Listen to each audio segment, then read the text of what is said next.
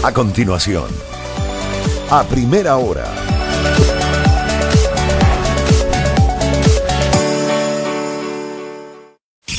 El siguiente programa tiene clasificación A, apta para todo público. Contenido O, opinión y informativo. Las opiniones vertidas en este programa son de exclusiva responsabilidad de sus periodistas y entrevistados. Majestad FM respeta la libertad de expresión con responsabilidad. Majestad FM presenta a primera hora un recorrido informativo por los hechos más importantes del Ecuador y el mundo. Majestad FM presenta a primera hora un recorrido informativo por los hechos más importantes del Ecuador y el mundo. Y la opinión fresca, diversa y plural. Al aire, los contertulios Fabricio Vela y Alexis Moncayo. Bienvenido.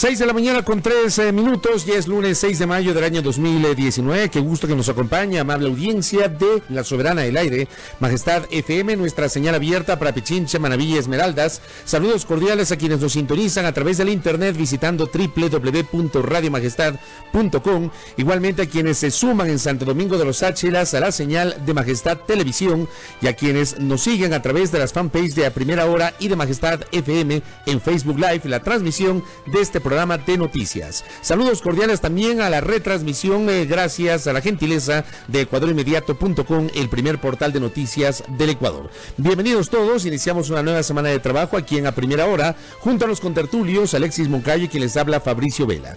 Wendy Barreiro en la coordinación y manejo de redes sociales, Juan Pablo Constante, DJ Line, en el Control Master. Para el día de hoy, amables oyentes, vamos a proponer la siguiente agenda informativa. Visitará nuestra mesa de trabajo el doctor Carlos Soria, quien es el abogado que patrocina la defensa del sueco Olavini, quien ha sido investigado y acusado de presuntos delitos informáticos. Este tema fue y causó polémica durante el curso de la jornada del viernes anterior. La gerenta del Banco Central del Ecuador, Verónica Artola, también estará con nosotros. Hablaremos sobre temas económicos y de modo particular la circulación en el país del billete de $2. Norman Ray, presidente del Consejo de Gobierno de la región insular de Galápagos, también estará visitando la mesa de trabajo de A Primera Hora. Con él estaremos hablando sobre la polémica respecto del sistema de carga, el sistema de transporte de carga desde el continente hasta la región insular. Y obviamente en nuestra parte de lectura de noticias y del comentario estaremos abundando en detalles respecto de algunos temas polémicos generados el último fin de semana. Contertulio, bienvenido, buenos días, ¿cómo le va? ¿Qué tal, Contertulio? ¿Cómo vas? Muy buenos días, saludos cordiales a todos ustedes, amigos. Hoy día lunes 6 de mayo de 2019, estamos ya listos aquí con los Contertulios para empezar con nuestro programa y empezar con una nueva semana de labores. Yo estaba con la duda de si había o no había feriado hoy también. ya me acostumbré a eso del doble feriado semanal. Así que nada, estamos con todas las energías aquí empezando la semana este lunes 6 de mayo con tertulia. Tenemos una muy buena agenda, ¿no? Temas totalmente coyunturales para abordar con nuestros entrevistados. Claro que sí, con nuestros entrevistados y obviamente también el comentario, muchísimo para comentar. Bienvenidos, A Primera Hora comienza de inmediato con los titulares. El siguiente segmento tiene contenido informativo. En A Primera Hora, los titulares de la jornada de hoy.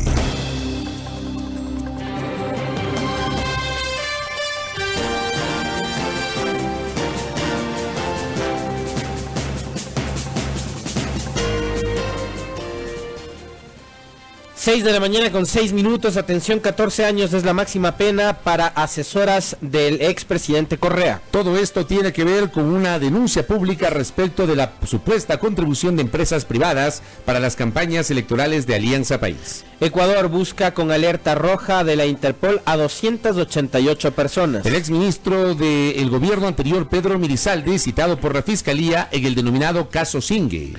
Ronnie Aliaga dice, con la misma rapidez que se investigó Arroz Verde se debería proceder en el caso INA Papers. Y 45 días de plazo para llegar a acuerdos dentro de la nueva iniciativa de diálogo que impulsa el gobierno del presidente Lenín Moreno. 6 de la mañana con 7 minutos en la primera hora.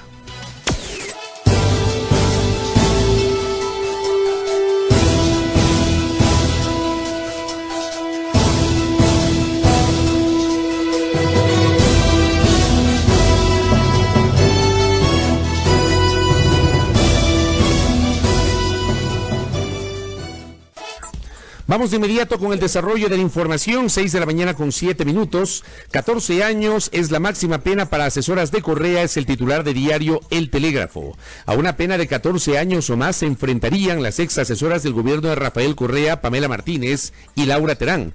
Ambas permanecerán 2 días más en la unidad de flagrancia de Quito antes de ser enviadas a un centro de detención provisional. El juez David Lazo acogió este domingo, luego de una audiencia de 4 horas, el pedido de la Fiscalía y formuló cargos en contra de ambas exfuncionarias por un concurso real de infracciones en los delitos de cohecho, tráfico de influencias y asociación ilícita. La Fiscalía abrió la investigación luego de una publicación del medio digital Mil Hojas, en la cual se asegura que 6 empresas multinacionales, entre ellas Odebrecht, financiaron la campaña del binomio Correa-Glass entre 2013 y 2014. Según la Fiscalía, las 2 procesadas habrían administrado y movido fondos mediante un intrincado sistema de recaudación de dinero en efectivo y a través del cruce de facturas. De hecho, en la audiencia, la fiscal Ruda Amoroso entregó entre las evidencias algunos correos electrónicos con el asunto receta de arroz verde 502, que era la clave que se usaría para esas transacciones entre exfuncionarios públicos y representantes de esas transnacionales. Ese dinero supuestamente ingresaba al movimiento Alianza País, en el cual Correa era presidente, y eran utilizados para financiar su campaña presidencial, pero esos montos no habrían sido declarados. Por ello, la Fiscalía considera que ambas procesadas formarían parte de una presunta organización conformada por funcionarios públicos y personas jurídicas privadas que habrían mantenido relaciones contractuales con el Estado. 6 de la mañana con 9 minutos. Pero veamos cómo es que funcionaba este sistema de recolección de contribuciones de empresas a Alianza País. Esta es una nota que nos trae diario La Hora. Tal como en el cuento de la sopa de piedra, en el que un vagabundo va de casa en casa recogiendo ingredientes para preparar un caldo, el papel de Pamela Martínez, ex jueza de la Corte Constitucional, habría sido el de recolectar los aportes voluntarios de empresas nacionales y multinacionales y contratistas del Estado. El desenlace de la historia de la exfuncionaria, sin embargo, aún está por determinarse, pues ayer la Fiscalía General del Estado dictó la prisión preventiva contra la ex asesora de Rafael Correa por asociación ilícita, cohecho y tráfico de influencias en concurso real de infracciones. En esta trama también estarían involucradas María Augusta Enríquez Argudo, mano derecha de Vinicio Alvarado, y los asistentes de la Presidencia de la República, Victoria Andrade y Laura Terán. La última y Martínez tienen que cumplir una prisión preventiva por 90 días, mientras que la instrucción fiscal se lleva adelante y la prohibición de enajenar bienes en su contra. Eso dictó el juez David Lazo contra las ex asesoras del régimen del expresidente Rafael Correa. La audiencia de formulación de cargos en la unidad de flagrancia de Quito se efectuó a las 11 horas con 50 minutos. Para ese momento la Fiscalía General del Estado y su titular Diana Salazar ya estaban en la audiencia, en la sala de audiencias. Antes de subir a la sala prometió hablar con la prensa, pero luego de culminada la audiencia de formulación de cargos salió por el estacionamiento sin dar declaraciones. La fiscal Ruda Amoroso presentó el caso y una de sus evidencias clave fueron las copias de supuestos correos electrónicos enviados a Martínez y Terán, donde coordinaban pagos desde distintas empresas a altos dirigentes de Alianza País. Los nombres de las asambleístas Viviana Bonilla y Doris Solís, así como del exsecretario jurídico de la presidencia Alexis Mera, salieron a relucir en dicha audiencia. 6 de la mañana con 11 minutos.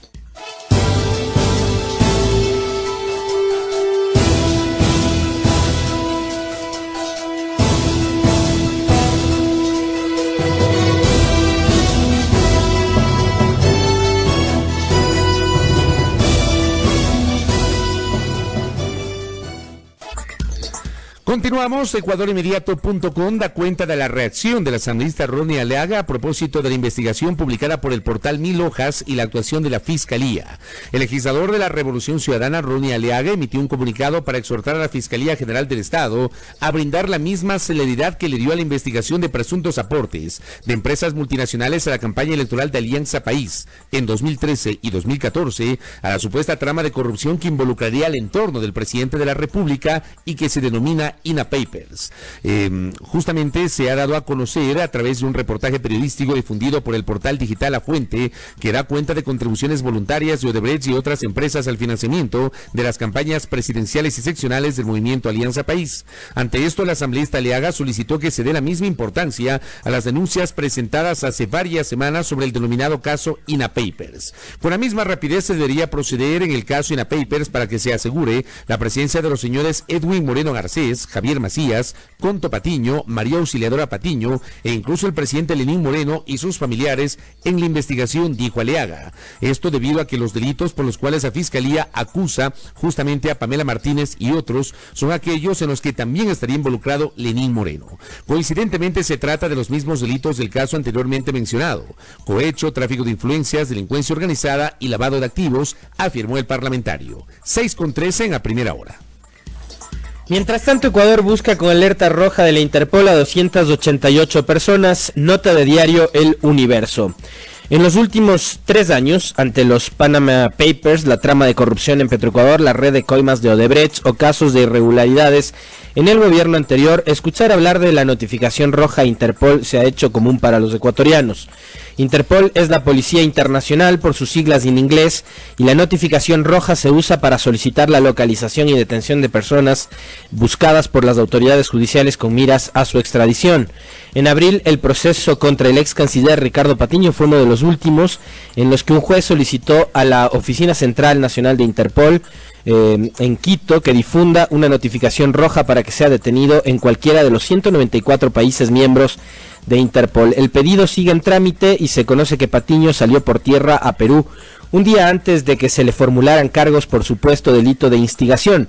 En la lista de quienes tienen notificación roja de Interpol hay 288 personas hasta el 25 de abril pasado, emitidas por la oficina de la Interpol en Quito, entre ellos Ramiro González, expresidente del Instituto Ecuatoriano de Seguridad Social, el ex contralor Carlos Polit, Fernando Alvarado, secretario de Comunicación, Pedro Delgado, ex directivo del Banco Central, Pablo Romero, ex secretario nacional de Inteligencia, entre otros. 6 de la mañana con 14 minutos.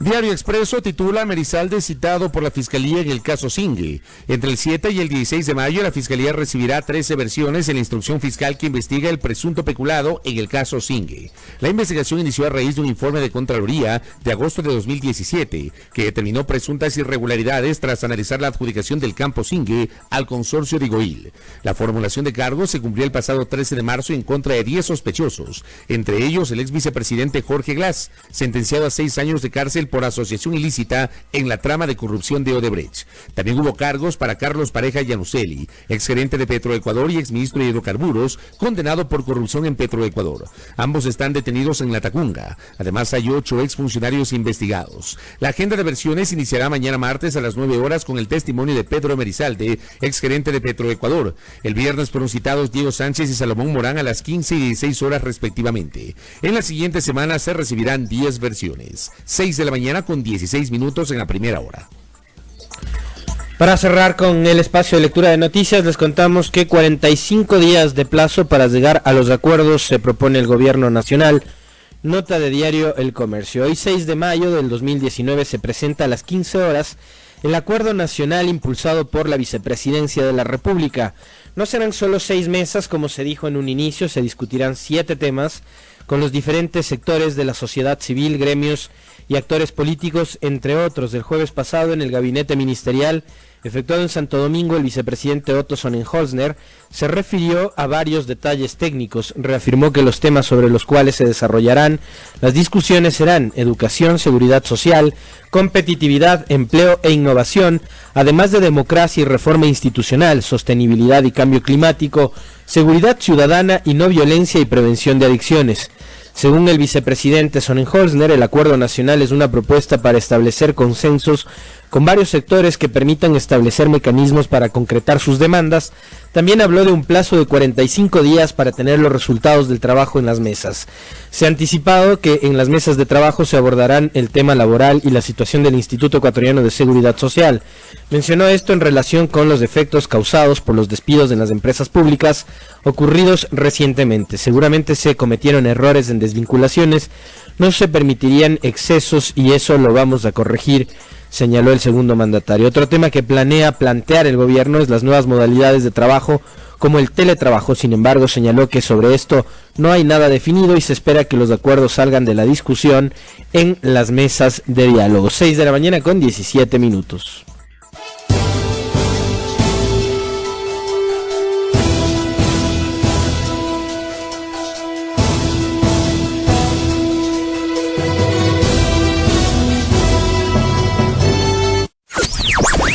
El siguiente segmento tiene contenido o opinión.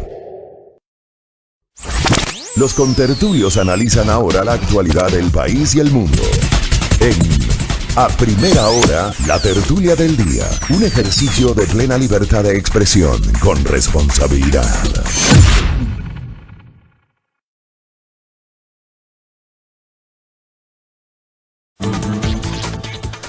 6:18 en la primera hora, gracias por la sintonía, saludos cordiales a quienes ya se suman a nuestra señal, la señal de Majestad FM y de este informativo a primera hora a través de la transmisión de Facebook Live en las fanpages de A Primera Hora y de Majestad FM.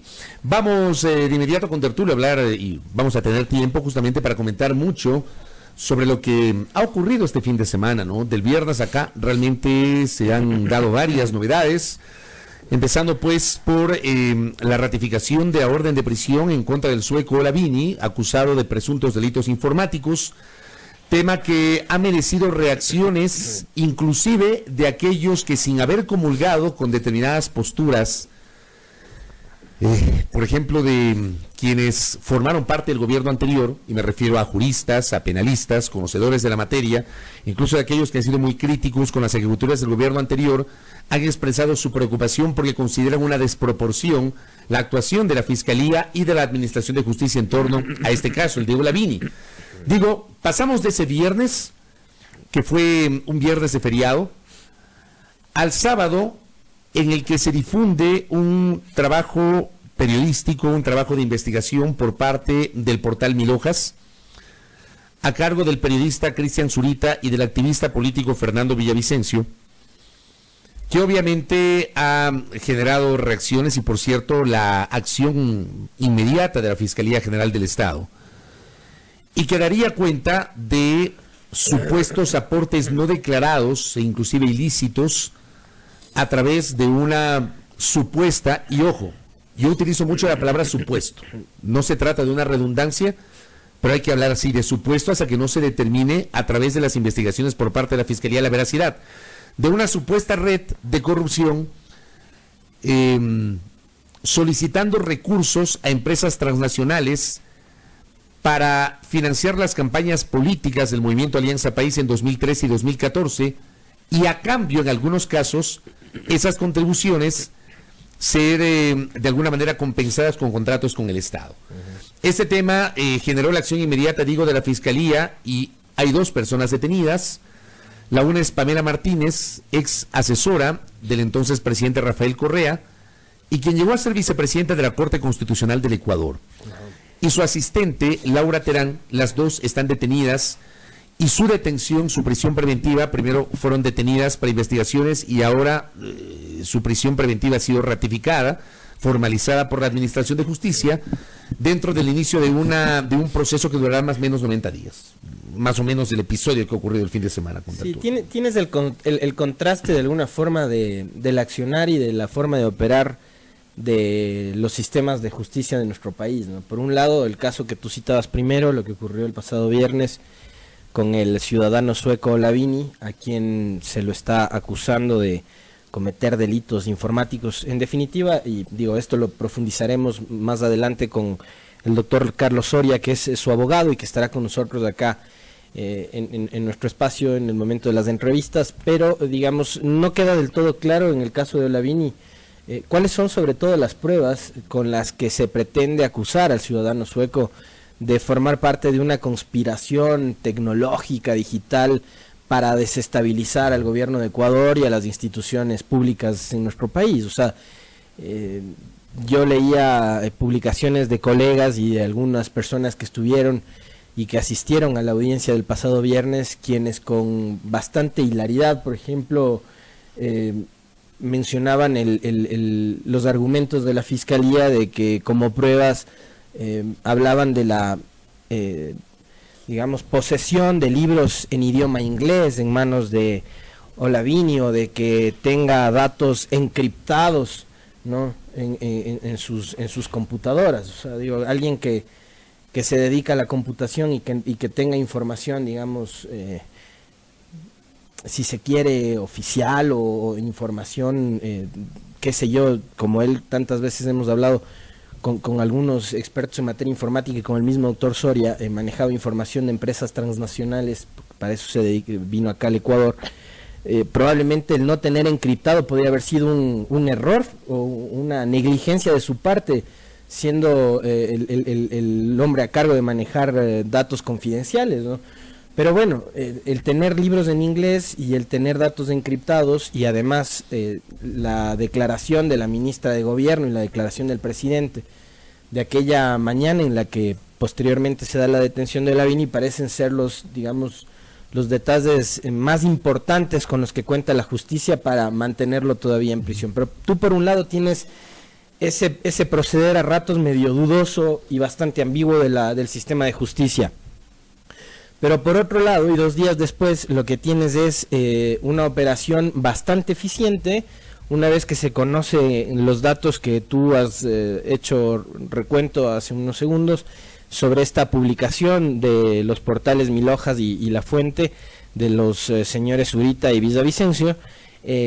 Por el contrario, tenemos una manera muy diligente y bastante eficiente de operar de la justicia, ¿no? Y digo, en estos casos también resulta a ratos que es demasiada coincidencia, ¿no? Siempre que te sacan a relucir algún tema de estos de supuesta corrupción, tenías que salir del país, o porque tenías un torneo de lo que sea en el exterior, o porque ibas a cursar una maestría. Pero justo el día siguiente o el mismo día en que se publican estas denuncias en las que te relacionan, ¿no? Por un lado. El caso es que ahora mismo Pamela Martínez y la señora Terán tendrán que rendirle cuentas de la justicia y tendrán que decir todo lo que saben, ¿no? Porque de lo que hemos podido revisar, la denuncia presentada por los señores Villavicencio y Zurita es una denuncia bastante seria. Es grave. Podríamos creer que es hasta muy bien documentada, porque tiene correos electrónicos, tiene datos que darían cuenta de que precisamente hubo aparentemente esa contribución de estas empresas a gente vinculada con el anterior gobierno. Ahora, lo que dice Correa, o lo que aduce Correa y su círculo cercano, es que esto no se utilizó para la campaña presidencial, y digamos de alguna manera también las fechas no coinciden, ¿no? Correa gana la presidencia junto a Jorge Glass en febrero del 2013, y las contribuciones empezarían a partir de noviembre del 2013. Pero hay que decir que Alianza País no era solamente Correa. Alianza País enfrentaba diversos procesos electorales, y uno de ellos es el de las elecciones seccionales de 2014, claro, donde bien pudieron haberse utilizado esos recursos que eran recolectados de parte de estas empresas que contribuían, ¿no? Digo, o sea, si vamos a poner de pretexto las fechas, ubiquemos que después de 2013, donde fue la elección presidencial, un año después, en febrero del 2014, tuviste las elecciones seccionales, ¿no?, donde elegimos alcaldes y prefectos y concejales en todo el país, y donde hubo el concurso de Alianza País. Pues. Claro, a ver, yo aquí identifico, insisto, yo utilizo mucho la palabra supuestos, porque para mí siguen siendo supuestos delitos. Es una investigación, y yo certifico y suscribo tus palabras, es una investigación muy bien documentada. Es una publicación que tú lees, y debo decirte, a mí sí, y hablo por mí, a mí sí me espeluznó. Me espeluzna saber, por ejemplo, o presumir el hecho de que se pudo haber recibido un aporte de más de 11 millones de dólares para financiar campañas electorales. Esta cifra que estoy citando, con tertulio, amigos, amigas, de más de 11 millones de dólares, de ser cierta, si es que esa cifra se certifica dentro de la investigación que debe llevar adelante la Fiscalía General del Estado, es una cifra que no tiene parangón en la historia del país. Y digo, no tiene parangón porque si uno revisa la historia, yo me encuentro con 2 casos específicos de campañas políticas sobre las cuales hubo investigaciones e inclusive en algunos casos sanciones respecto de aportes no reportados a la autoridad electoral y que pudieron haber sido aportes inclusive ilícitos. Me remonto a 1998, por ejemplo, los famosos 3 millones de dólares que aportó para la campaña del entonces candidato y luego presidente Yamil Maguad, el entonces presidente ejecutivo del Banco del Progreso, Fernando Aspiazu. Me remonto al año 2002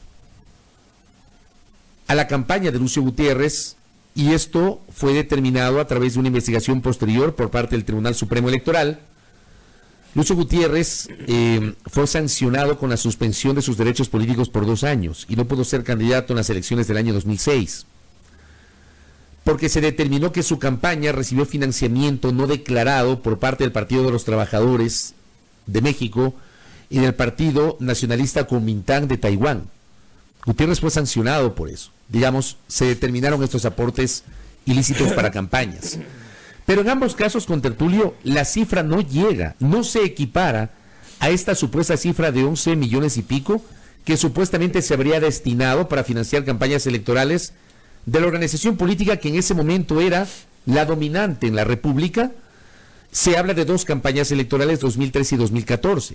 Ahora, hay casos, según la investigación periodística, que se entregaron recursos en efectivo, dinero en efectivo, que esos recursos sirvieron para financiar las actividades proselitistas de varios personajes de la denominada Revolución Ciudadana, y hay otros casos, que eso también debo decirte y debo decirles, me llamó muchísimo la atención, a través de los cuales empresas privadas entregaron aportes a cambio de recibir contratos con el Estado. Y eso dice la investigación. Claro, y no es solo de Odebrecht, ¿no? No, es que eso iba. Claro, está la empresa Telconet de Tomislav Topic, están varias empresas chinas, entre esas Sinohydro, que fue la encargada de construir el proyecto hidroeléctrico más grande que tiene este país, que es Coca-Cola Sinclair, ¿no? Hay algunas empresas que estarían relacionadas, pero yo primero creo que se debería determinar si es que en realidad eso fue lo que ocurrió. Primero, de acuerdo. Después coincido contigo de que sí sería escandaloso que se trate de aportes de más de 11 millones de dólares para un partido político. De alguna forma se replicaría lo que, por ejemplo, se ha determinado que Odebrecht hizo en países vecinos, como por ejemplo Perú, donde le apostaba a todos los candidatos, ¿no? O sea, así como hoy es procesado el expresidente Kuczynski, resulta que también su contrincante, la señora Keiko Fujimori, también era beneficiaria de estos aportes de las campañas de Odebrecht. O sea, Odebrecht apostaba a todos los caballos en carrera. Una cosa tremenda lo de Odebrecht, ¿no? Una corrupción sistémica, desde su lógica, si se quiere, muy bien pensada, ¿no? Porque estaba apostándole a todos los candidatos con opciones. Pero eso no deja de ser una barbaridad. Ahora, esto en el caso de la contribución que está relacionada con la trama de Odebrecht, de alguna manera, ¿no? Y todos estos procesos judiciales que he conocido, pero digo, Alianza País también se le ha acusado de haber recibido aportes de las FARC, y eso nunca se comprobó. Ayer, por ejemplo, alguien me decía, cuando yo citaba los casos de Maguad y de Gutiérrez, que son casos que recoge la historia, no me los he inventado, ni los publico para justificar como alguien me dijo. O sea, simplemente es cuestión de poner en contexto lo que está pasando hoy y comparar con cosas similares o parecidas que pasaron antes. Alguien me decía, pero no hay que olvidar, para ser objetivos, del hecho de que también hubo aportes de las FARC. A ver, yo les pregunto a ustedes, de verdad, o sea, yo parto de hechos ciertos y te pregunto a ti, con tertulio, ¿El supuesto aporte de las FARC fue investigado, confirmado, ratificado, sancionado? Pregunto. ¿O sigue siendo una presunción? Yo creo que sigue siendo una presunción y creo que no se investigó por una razón esencial. Quien estaba en el poder en ese momento era Correa. Y muy difícilmente las cortes de ese entonces iban a llevar adelante una investigación en contra de Correa y de su círculo cercano o de su propio gobierno, ¿no? O sea, yo creo que hay que ser realista, mi querido contertulio. Es lo mismo que si me preguntarías hoy por qué la fiscalía no hizo lo mismo que ha hecho este fin de semana con lo del tema INAPAPERS. O por qué, por ejemplo, la actual fiscalía, que me parece que ha actuado con mucha diligencia, y está bien, mucha diligencia en este caso a partir de una publicación. Ayer en un noticiero de televisión reportaban que incluso la fiscal se reunió el viernes con Fernando Villavicencio. Y claro, digo, actuó con mucha diligencia porque impidió que una persona que me parece a mí es una pieza clave para determinar la veracidad o no de esta investigación es Pamela Martínez, porque es mencionada. Sí, según la nota, es ella la que hacía la recolección de los fondos. Y actuó ahí sí, me parece a mí correctamente, de modo diligente. Yo siempre defenderé el debido proceso y la presunción de inocencia y el hecho de que la gente acusada tiene que tener un juicio justo. Sí, me parece que actuó con mucha diligencia, pero claro, digo, actúas con mucha diligencia en este caso, pero en el otro caso, que también justamente denunciaron los mismos autores de esta publicación, el periodista Cristian Zurita y el activista Fernando Villavicencio, y que es conocido en el argot popular como los INAPAPERS, no actúas de la misma forma. No, y además, la publicación de estos dos documentos, tanto del laberinto offshore del círculo presidencial como relacionado con los supuestos aportes que habría recibido el gobierno de Correa y Alianza País, y las publicaciones que relacionan a estos dos periodistas, a Villavicencio y a Zurita, me parece que lo que hacen también es revelar la doble moral con la que actúan. Tanto los sujetos políticos como la justicia también.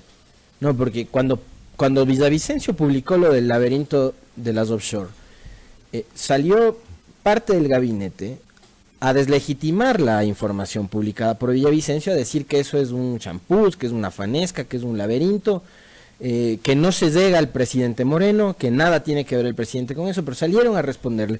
Y a Villavicencio casi que no es que casi, dijeron que le estaba haciendo el juego a Correa y que le estaba haciendo el juego al correísmo. Bueno, resulta que semanas después o meses después Villavicencio publica esta información que tiene que ver con presuntas irregularidades en el gobierno de Correa y con funcionarios del gobierno de Correa, y ahora sí nuevamente Villavicencio emerge como el principal abanderado de la lucha contra la corrupción, incluso para algún sector de la prensa, ¿no? Que dejó de buscarlo a Villavicencio antes, y ahora lo vuelve a buscar. Que empezó a cerrarle las puertas antes y ahora nuevamente lo empieza a buscar. O sea, yo creo que también revela la doble moral con la que se está actuando. O sea, o quieres luchar contra la corrupción siempre, sin dedicatoria, sin preferencias, sin privilegios, o mejor, hazte loco con el tema de la lucha anticorrupción, que no es lo tuyo. Sí. O sea, o queremos en serio lucha contra la corrupción, o vamos a estar buscando quiénes son los acusados para ver si nos sumamos a la ola o en otro caso pues nos hacemos los locos. Aquí somos muy selectivos, contertulio, somos muy selectivos, y nosotros valoramos las cosas, o la gente nos apoya y nos detrata dependiendo de lo que digamos o podamos escribir eventualmente. O sea, así funciona, y es cierto, hay una doble moral a todo nivel. Pero yo insisto, a mí sí me parece correcto, y habrá gente que va a discrepar con mi visión respetuosa. Yo sí estoy de acuerdo con que la Fiscalía haya actuado inmediatamente en este caso. Sí estoy de acuerdo. Porque claro, ¿cómo así, horas después de que se difunde la información respecto de estas supuestas contribuciones, una de las principales implicadas, y me refiero a la doctora Martínez, pretendió salir del país? Sí, se presta para la presunción, se presta para hilar fino, sí. Yo siempre digo, el que nada debe, nada teme. La doctora Martínez quiso salir, ella no tenía orden de prisión, en ese momento no tenía impedimento, pero actuó inmediatamente la Fiscalía, y a mí me parece correcto eso. Pero digo, las cosas tienes que tratarlas o medirlas con la misma balanza. Tienes que medirlas igualito. Y por ejemplo, en el caso de los INA Papers, yo no voy a hablar de una implicación porque no me corresponde el señor presidente de la República. Para eso está la Administración de Justicia. Pero hay algunos nombres que por lo menos debieron haber sido llamados a declarar. El señor Conto Patiño, la señora Maruciliadora Patiño, el hermano del señor presidente de la República. Yo no digo que hay que acusarlos y no lo estoy acusando porque no es mi rol, no es mi rol. Pero el problema es que se investigue. Pero yo sí planteo como ciudadano y como periodista la necesidad de investigar. Oye, y que se investigue en serio, o sea, esto en el plano judicial, porque yo ayer ya veía a algunos asambleístas que son muy diligentes también en el tema de la lucha contra la corrupción, que decían, la asamblea tiene que actuar.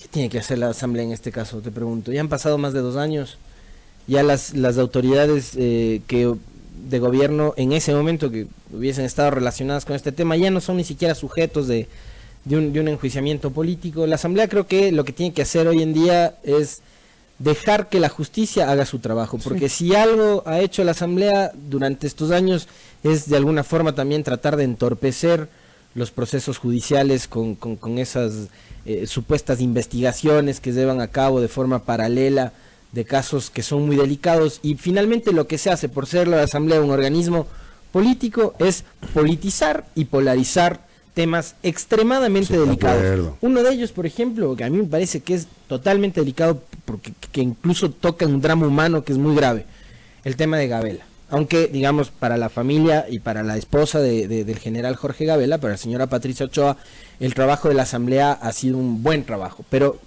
digo, la asamblea no puede ejercer justicia, no aplicar justicia. Eso tiene que hacerlo. El rol de la asamblea es político. Claro, es político. Entonces yo creo que sí hay que dejar que la fiscalía, que las cortes hagan su trabajo y que este tema se investigue donde tiene que investigarse, ¿no? La asamblea que se dedique a lo suyo ahora mismo, que es el tema de la reestructuración, y que deje que la justicia haga lo que tenga que hacer en este caso. Ahora, yo te digo, lo de fondo también en el tema de la supuesta participación de la señora Martínez, te habla de comprobarse que fue así, de comprobarse que ha sido así. Esa señora llegó a ser jueza constitucional, ¿no? Vicepresidenta, sacó 100 sobre 100. Increíble. Imagínate tú tener como máxima autoridad magistrada de la Corte Constitucional, que es el más alto tribunal de justicia constitucional de la República, a quien hacía vaca supuestamente de la corrupción eso. En el tema de estas empresas que contribuían para la política, ¿no? Sí, es cierto eso. Eso es tremendo. O sea, de comprobarse que eso es cierto. O sea, quiere decir que ya en serio llegamos a unos niveles terribles. O sea, tener de jueza a una persona que se encargaba de recolectar la contribución de empresas para las campañas de Alianza País, ya me parecería el colmo, ¿no? El colmo, haber tenido una jueza relacionada con eso. Pero imagínate, de ser comprobado eso, claro. Imagínate, haber tenido una jueza que llegó a la vicepresidencia de la Corte Constitucional de ese calibre, y ojo, sacó 100 sobre 100. Haber tenido un contralor que sacó 100 sobre 100 en su primera reelección, y creo que fue 96 sobre 100 en su segunda. Y que se llevó más de 10 millones de dólares. ¿Me comprendes? Haber tenido un contralor así. Ya, haber tenido un fiscal general del Estado, y me refiero al doctor Galo Chiriboga Zambrano, sobre quien hay una serie de acusaciones de omisiones deliberadas. Por ejemplo, esta investigación respecto de los supuestos aportes de las FARC a las campañas de Alianza País, que sí, yo estoy de acuerdo contigo, y es verdad, la justicia no determinó, no sabemos si investigó, no sancionó, pero tú dijiste algo que es absolutamente cierto. ¿Quién era el fiscal de ese tiempo y quiénes dirigían la Administración de Justicia en ese tiempo? Y es verdad, y no podemos dejar de mirar a otro lado, no podemos mirar a otro lado, mejor dicho, no podemos dejar de mirar eso y simplemente voltear la mirada, y no es así. El fiscal era Galo Chiriboga en ese tiempo. Y sobre Galo Chiriboga, por ejemplo, hay un caso que hasta el sol de hoy no ha sido lo suficientemente clarificado, que es el de la famosa usurpación de una vivienda. Cuyos propietarios todavía están reclamando la propiedad, ¿no? Ya. Ese tema todavía no está claro. E insisto, a nosotros no nos corresponde determinar si Galo Chiriboga obró de mala fe o cometió un ilícito. Eso debe determinar una investigación. Pero simplemente cito y pongo en contexto determinados hechos de ciertos personajes que están ahí y cuyos nombres aparecen hoy, cuando se están develando posibles casos de corrupción que, insisto, deben ser investigados y, de ser así, sancionados por la Administración de Justicia. Pero yo sí le pido a la Administración de Justicia obrar de modo responsable. Yo le pido respetuosamente a la fiscal Diana Salazar y a la Fiscalía actuar con el máximo rigor, pero también con la máxima seriedad y responsabilidad en este caso. Porque yo insisto, de ser cierta toda esta publicación y todas estas evidencias que han sido mencionadas en la investigación del portal Mil Hojas, de ser cierto y de corroborarse todo aquello, estaríamos asistiendo a una trama de corrupción sin precedentes en la historia de la República. O sea, las cosas hay que llamarlas por su nombre. De ser cierto aquello. Y como yo decía ayer en mi cuenta Twitter, que caiga quien tenga que caer. Ojo, aquí no solamente con tertulio, amigos, amigas, si es que se llega a corroborar que efectivamente es así, no solamente tienen que caer aquellos exfuncionarios del gobierno anterior que tuvieron alguna vinculación con estos aportes no declarados o ilícitos, ilícitos en algunos casos, o ilícitos en otros casos, porque no necesariamente los aportes privados son ilícitos. Ojo, el tema es que si los aportes no son declarados ya se incurre en un delito, porque los aportes deben ser declarados. Deben aquí también caer, creo yo, insisto y repito, de comprobarse la veracidad de esta publicación y de las pruebas que han sido presentadas en el reportaje de Mil Hojas. También aquellos contratistas del sector privado, con tertulio, que se habrían beneficiado de contratos con el Estado a cambio de haber entregado aportes para las campañas políticas de Alianza País. Y tú bien anotabas, no es solamente Odebrecht, se menciona el Telconet, se menciona una empresa, me parece coreana. Sinohydro. Se menciona Sinohydro, que es la constructora del Coca-Cola Sinclair. Claro, South Korea, 1.5 millones, South Korea Engineering and Constructions, la Water and Electric Corp de China, la empresa Sinohydro, que fue la que hizo Coca-Cola Sinclair, Fopeca y Sunrift Corporation, Norberto Odebrecht, William Phillips Grupo Azul y otras 4 empresas que no se especifica su nombre con claridad, pero que digamos de alguna forma también son montos menores, pero importantes, ¿no? Uno de $20,000 y otro de 980,000, casi $1,000,000, que no se especifica el nombre de la compañía. Pero esos son los... Ahora, yo te decía hace un momento que por el tiempo en el que se harían los supuestos aportes, tienen que ver con la campaña de las seccionales de 2014, ¿no? Y ahí hay alguna gente que también tiene que rendir cuentas. O sea, Alianza País en esa época tenía candidaturas como, por ejemplo, la que se ha señalado, que es la de Viviana Bonilla a la alcaldía de Guayaquil, pero también tenía la de Paul Granda, actual funcionario del gobierno, a la alcaldía de Cuenca, tenía la de Augusto Barrera a la alcaldía de Quito por la reelección, tenía la de Gustavo Baroja a la reelección por la prefectura de Pichincha, y por ejemplo, digo yo ahí, atando cabos y hablando así como de memoria, después das tú con que Odebrecht fue una de las concursantes y de las que ganó finalmente la licitación para construir el metro de Quito, ¿no? Entonces, ahí tienes una serie de cosas como para investigar y para llevar adelante un proceso bien serio, en serio de lucha contra la corrupción. Por eso te digo. O sea, ¿cuáles eran los objetivos políticos, empresariales que tenían estas empresas en nuestro país, ¿no? Oye, Condartulio, es una prueba de fuego. Esta es una prueba de fuego para Diana Salazar, de verdad. Ahora, la cosa es pruebas, ¿no? Exacto. Pruebas. Pero, a ver, pero yo te digo, a mí me parece, a priori, lo que yo vi, lo que yo leí, a mí me parece que lo que publica Mil Hojas, me parece que es muy documentado, muy sólido, pero no me corresponde a mí, y creo que no nos corresponde a nosotros, decir que todo lo que publicó Mil Hojas es así, porque quien debe de investigar es la Fiscalía. Me parece correcto que la Fiscalía haya tomado como referencia eso para iniciar su propia investigación, está bien. Pues digo, yo creo que la Fiscalía ha obrado rápido y ha obrado bien, ciertamente. Me llama la atención que la misma diligencia no haya tenido para otros casos. Eso sí me llama la atención.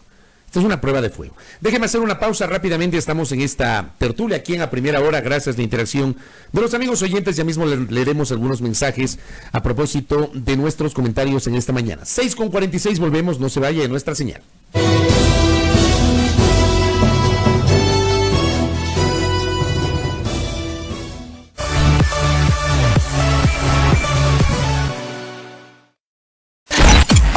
Ahora escucha Majestad FM. Ahora escucha Majestad FM en el canal 3 de TVNet. Majestad FM. Majestad FM. Con todos sus programas, locutores y DJs, están las 24 horas contigo en el canal 3 de TVNet. Majestad FM. La soberana del aire. Ahora en el canal 3 de TVNet.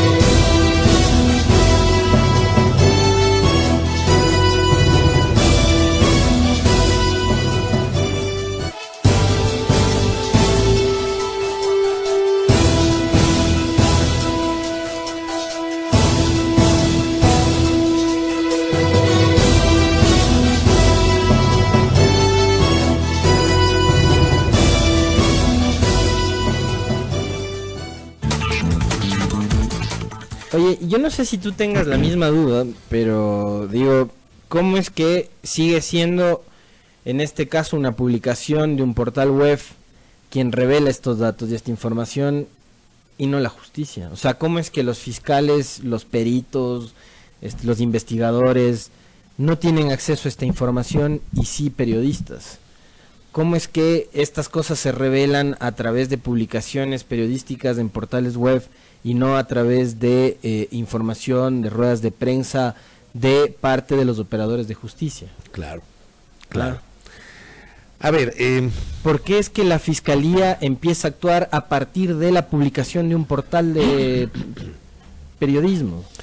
Ojo que el hecho de que un portal o un medio de comunicación publique una investigación y que fruto de esa investigación se inicie un procesamiento judicial no es, digamos, un tema que debería llamar la atención, porque ha ocurrido en otros países, y tú coincidirás conmigo en que tal vez uno de los casos más emblemáticos a nivel mundial ocurrió en los 70s en los Estados Unidos, el famoso caso Watergate, por mencionar un caso, y guardando las distancias. El tema es, y yo ahí, por ejemplo, sí voy a coincidir contigo en que resulta que fruto de investigaciones periodísticas, y son varias, es que recién actúa la Administración de Justicia. O sea, ¿cómo es que siendo... A ver, yo me voy a hacer eco de tus palabras. Es un escándalo si se confirma que son 11 millones.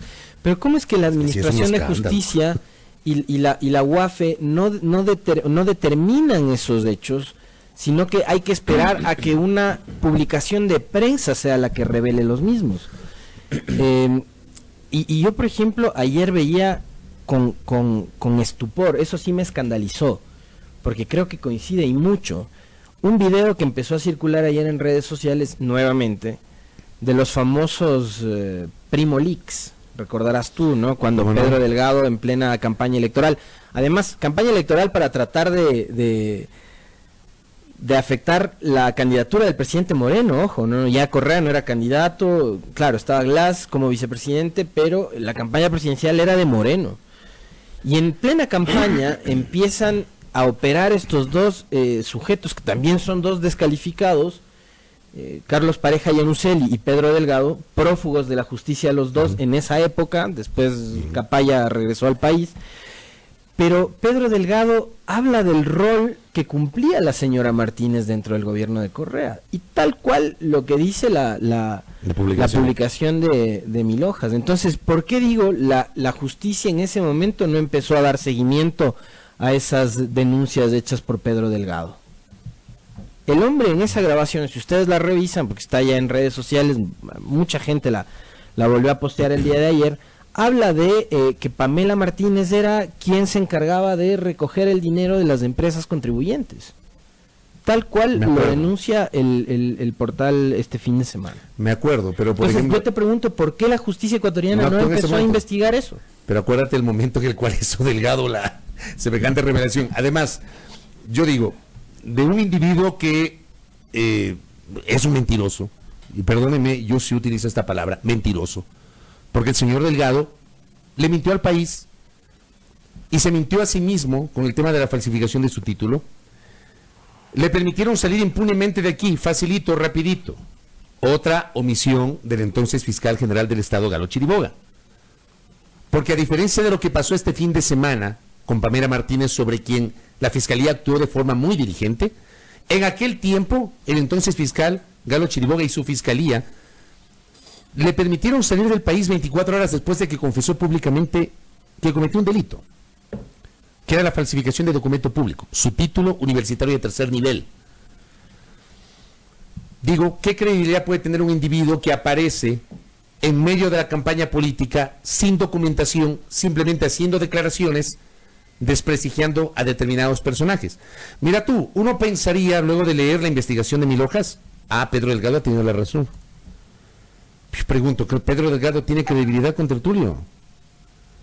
Carlos Pareja Llanusilli tiene credibilidad. Carlos Poli tiene credibilidad. Perdónenme.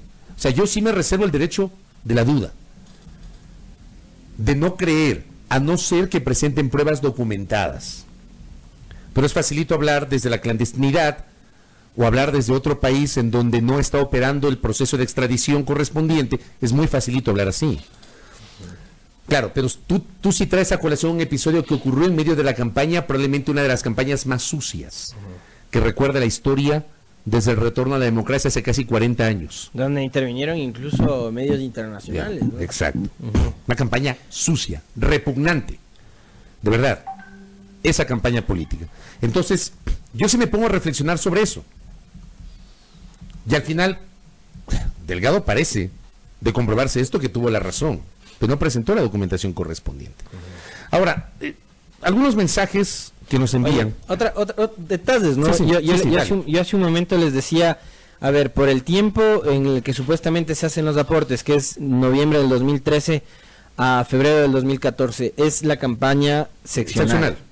Ya Correa había sido presidente, por eso creo que de alguna forma el título de la nota no corresponde a la realidad, eso de que empresas y contribuyentes pusieron presidente en Ecuador. Me parece que ya, o sea, si queremos afirmar eso, revisemos los aportes anteriores a febrero del 2013, cuando Correa y Glass fueron elegidos como el binomio ganador. Ahora, con respecto a las seccionales, yo hablaba de algunos nombres, ¿no?, que debían ser investigados, quienes eran candidatos a la fecha, ¿no? Viviana Bonilla en Guayaquil, tenías a Paul Grande en Cuenca, tenías a Augusto Barrera en la alcaldía de Quito, a Gustavo Baroja, que era además el tesorero de la campaña, me parece, en esa época de Alianza País. Me parece que sí. Y el secretario general del movimiento Alianza País en esa fecha fue Galo Mora, ¿no? Entonces son nombres que tampoco se le pueden escapar a la justicia investigarlos. A mí me parece, por ejemplo, que tanto Galo Mora cuanto Doris Solís deberán rendir su testimonio y deberían ser llamados a declarar para explicar, porque ellos fueron secretarios de Alianza País y deben haber conocido las finanzas de Alianza País. Bueno, Doris Solís fue secretaria del movimiento a partir de mayo del 2014, cuando ya se consumaron las elecciones. Sí, pero seguramente debe haber tenido acceso a conocimiento de los aportes y del dinero que manejaba. De las finanzas del movimiento. Me imagino yo. Deberían ser llamadas a declarar, ¿no? O sea, uno sí se pone a pensar en aquello. Sí. Ahora, recibo un mensaje que me parece también para pensarlo. ¿Se recaudó o se pudo haber recaudado dinero antes para la campaña de 2013? O sea, recaudación de dinero en 2012 para la campaña de 2013, eso no dice la investigación. Porque claro, la investigación lo que ubica son supuestas recaudaciones de aportes de empresas privadas para Alianza País, pero por la fecha, y tú bien anotas que es importante, por la fecha no habría servido ese dinero para financiar la campaña presidencial de Correa y Glass. Claro. Pero en 2012, ¿habrá alguna referencia de los aportes de 2012? Ahí me parece que sí habría que analizar y habría que pensar. Y otra cosa, ojalá revelen también cuáles fueron las empresas y los aportantes nacionales, además de Topic y Telconet, porque si hubo esa cantidad de dinero, supuestamente 11 millones y pico de dólares de aporte de estas empresas, enormes empresas, algunas de ellas transnacionales, como el caso de Odebrecht, yo sí quisiera ver cuáles más fueron los aportantes a nivel nacional, porque debe haber estado también algún grupo de empresarios detrás de Alianza País, ¿no? O sea, a mí que no me vengan a hacerse aquí los puritanos. Claro que nada tuvieron que ver, porque debe haber existido grupos de empresarios y gente muy pudiente de este país que apoyó la candidatura de Correa. Oye, así como otras candidaturas. Mira lo que me escribe Fabián Tapia a propósito de los mensajes.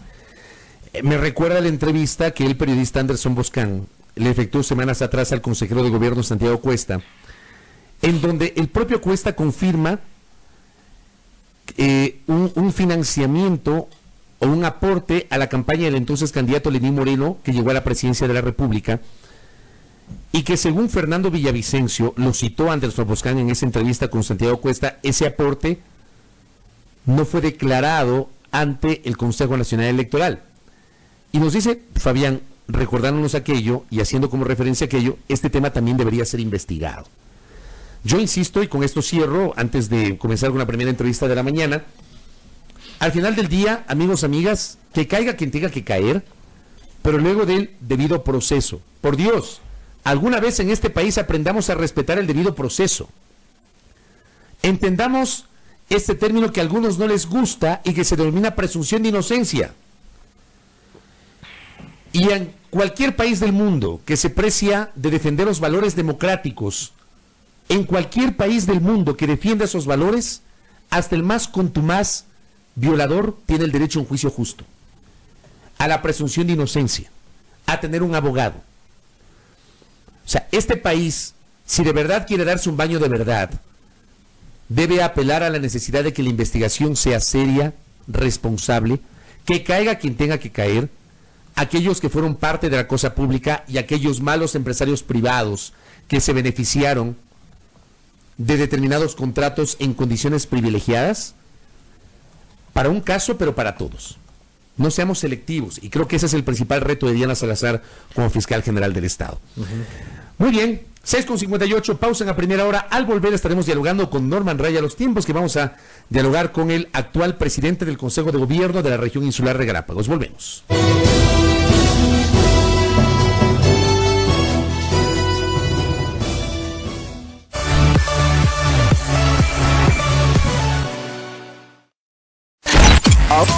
Ahora escucha Majestad FM.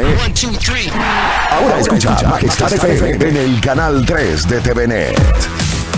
Majestad FM. Majestad FM. Con todos sus programas, locutores y DJs, están las 24 horas contigo en el canal 3 de TVNet. Majestad FM. La soberana del aire.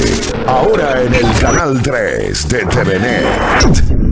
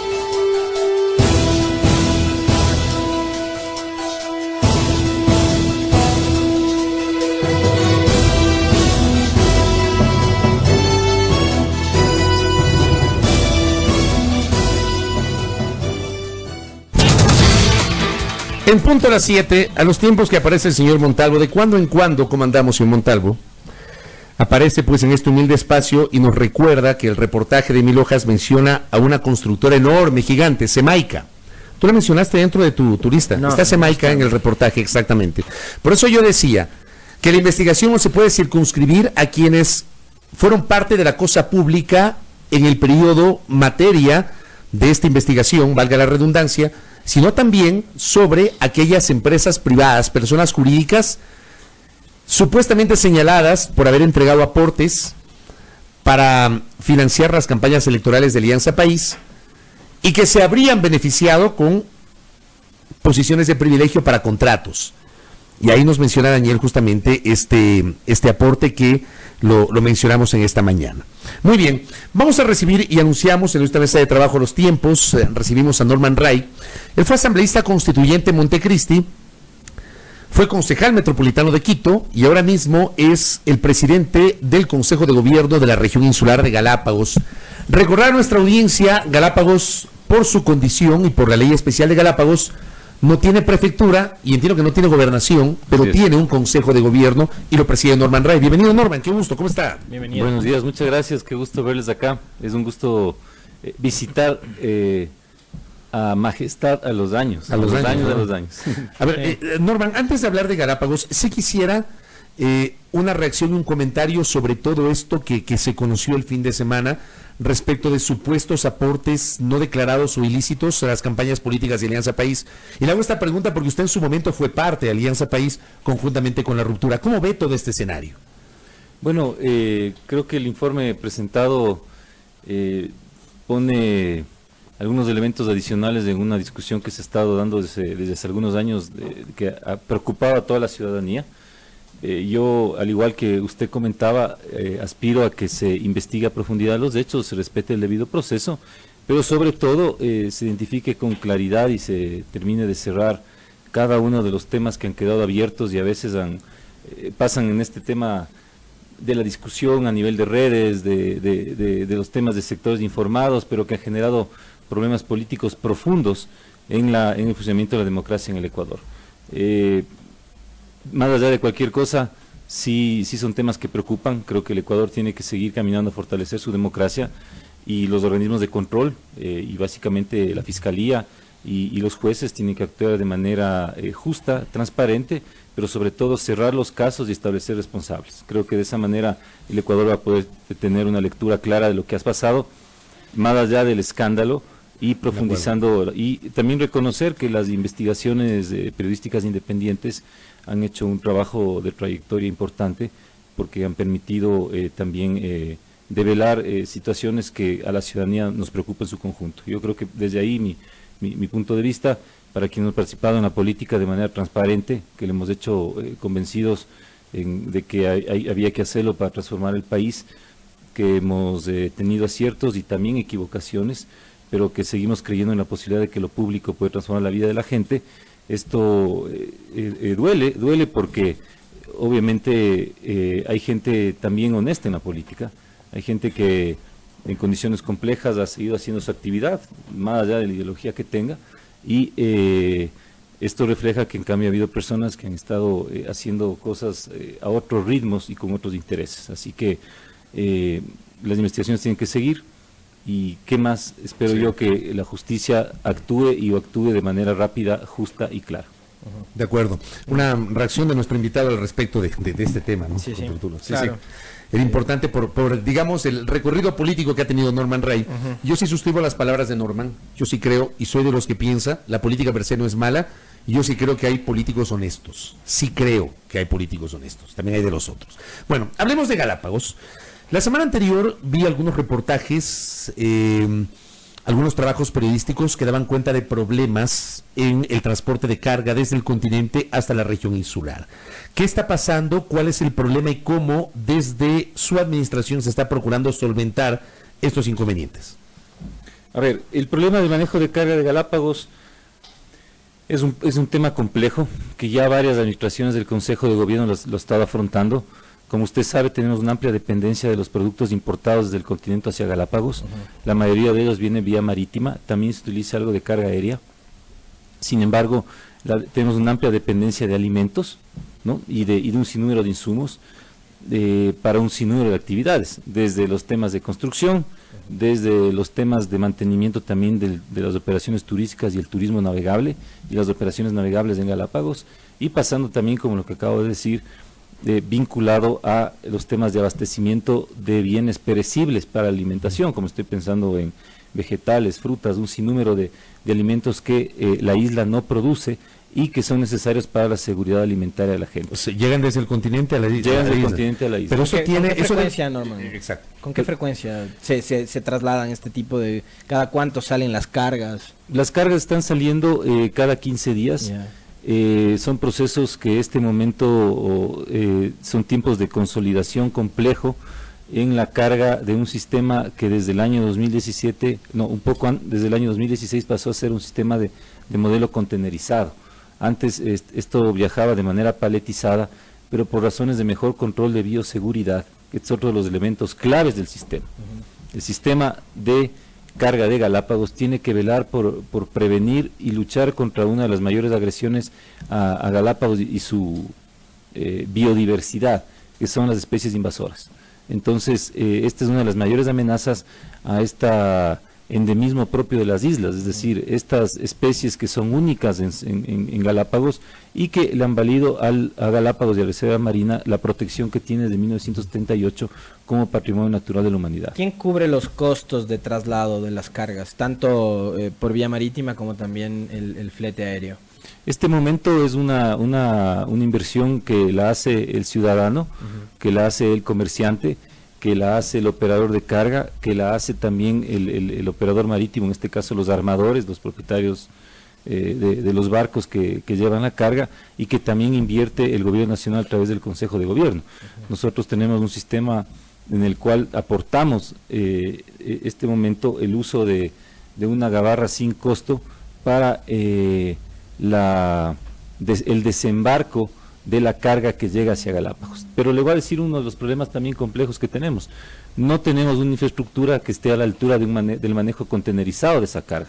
Es decir, no tenemos puertos marítimos, nuestros muelles fueron diseñados del siglo pasado para el manejo turístico, básicamente, de un sistema de carga paletizada. El momento que damos el salto al tema de la contenerización implica sistemas de carga y de descarga, en el cual se utiliza grúas, tractomulas y el embarque de las embarcaciones, básicamente de la gabarra del Morro, porque los barcos tienen que fondear más o menos a unos, yo diría unos 2 kilómetros del sitio de desembarque, en el caso del canal Itavaca en Santa Cruz.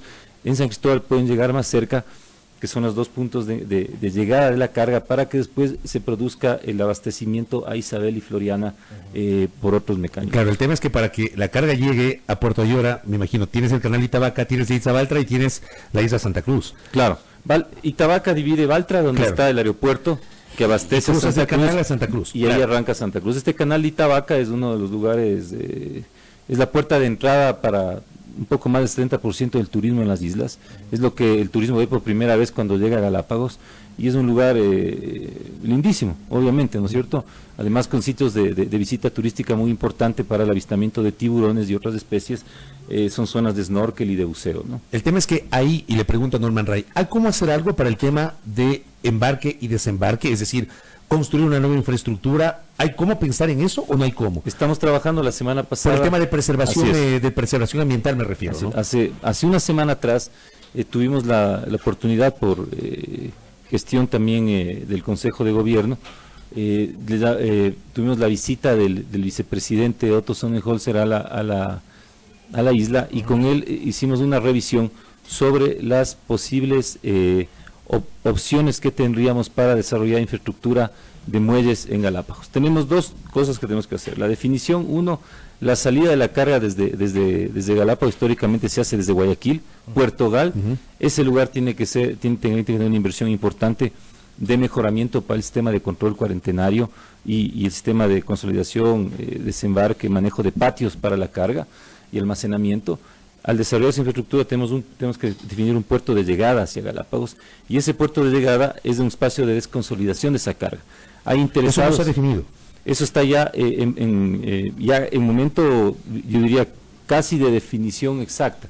Hay ya una posibilidad que en un momento se planteó, que sea en Itavaca, y otro en el lado de Santa Cruz, pero eso es lo que está bajo estudio este momento, porque hay otra posibilidad de generar en Baltra como un hub de servicios para Galápagos. Es decir, recordemos que Baltra es una isla que desde el año, a 60 años más o menos aproximadamente, o un poco más de eso, en 1940, 41, fue ya se desarrolló infraestructura porque fue utilizada como una base militar de los Estados Unidos en la Segunda Guerra Mundial.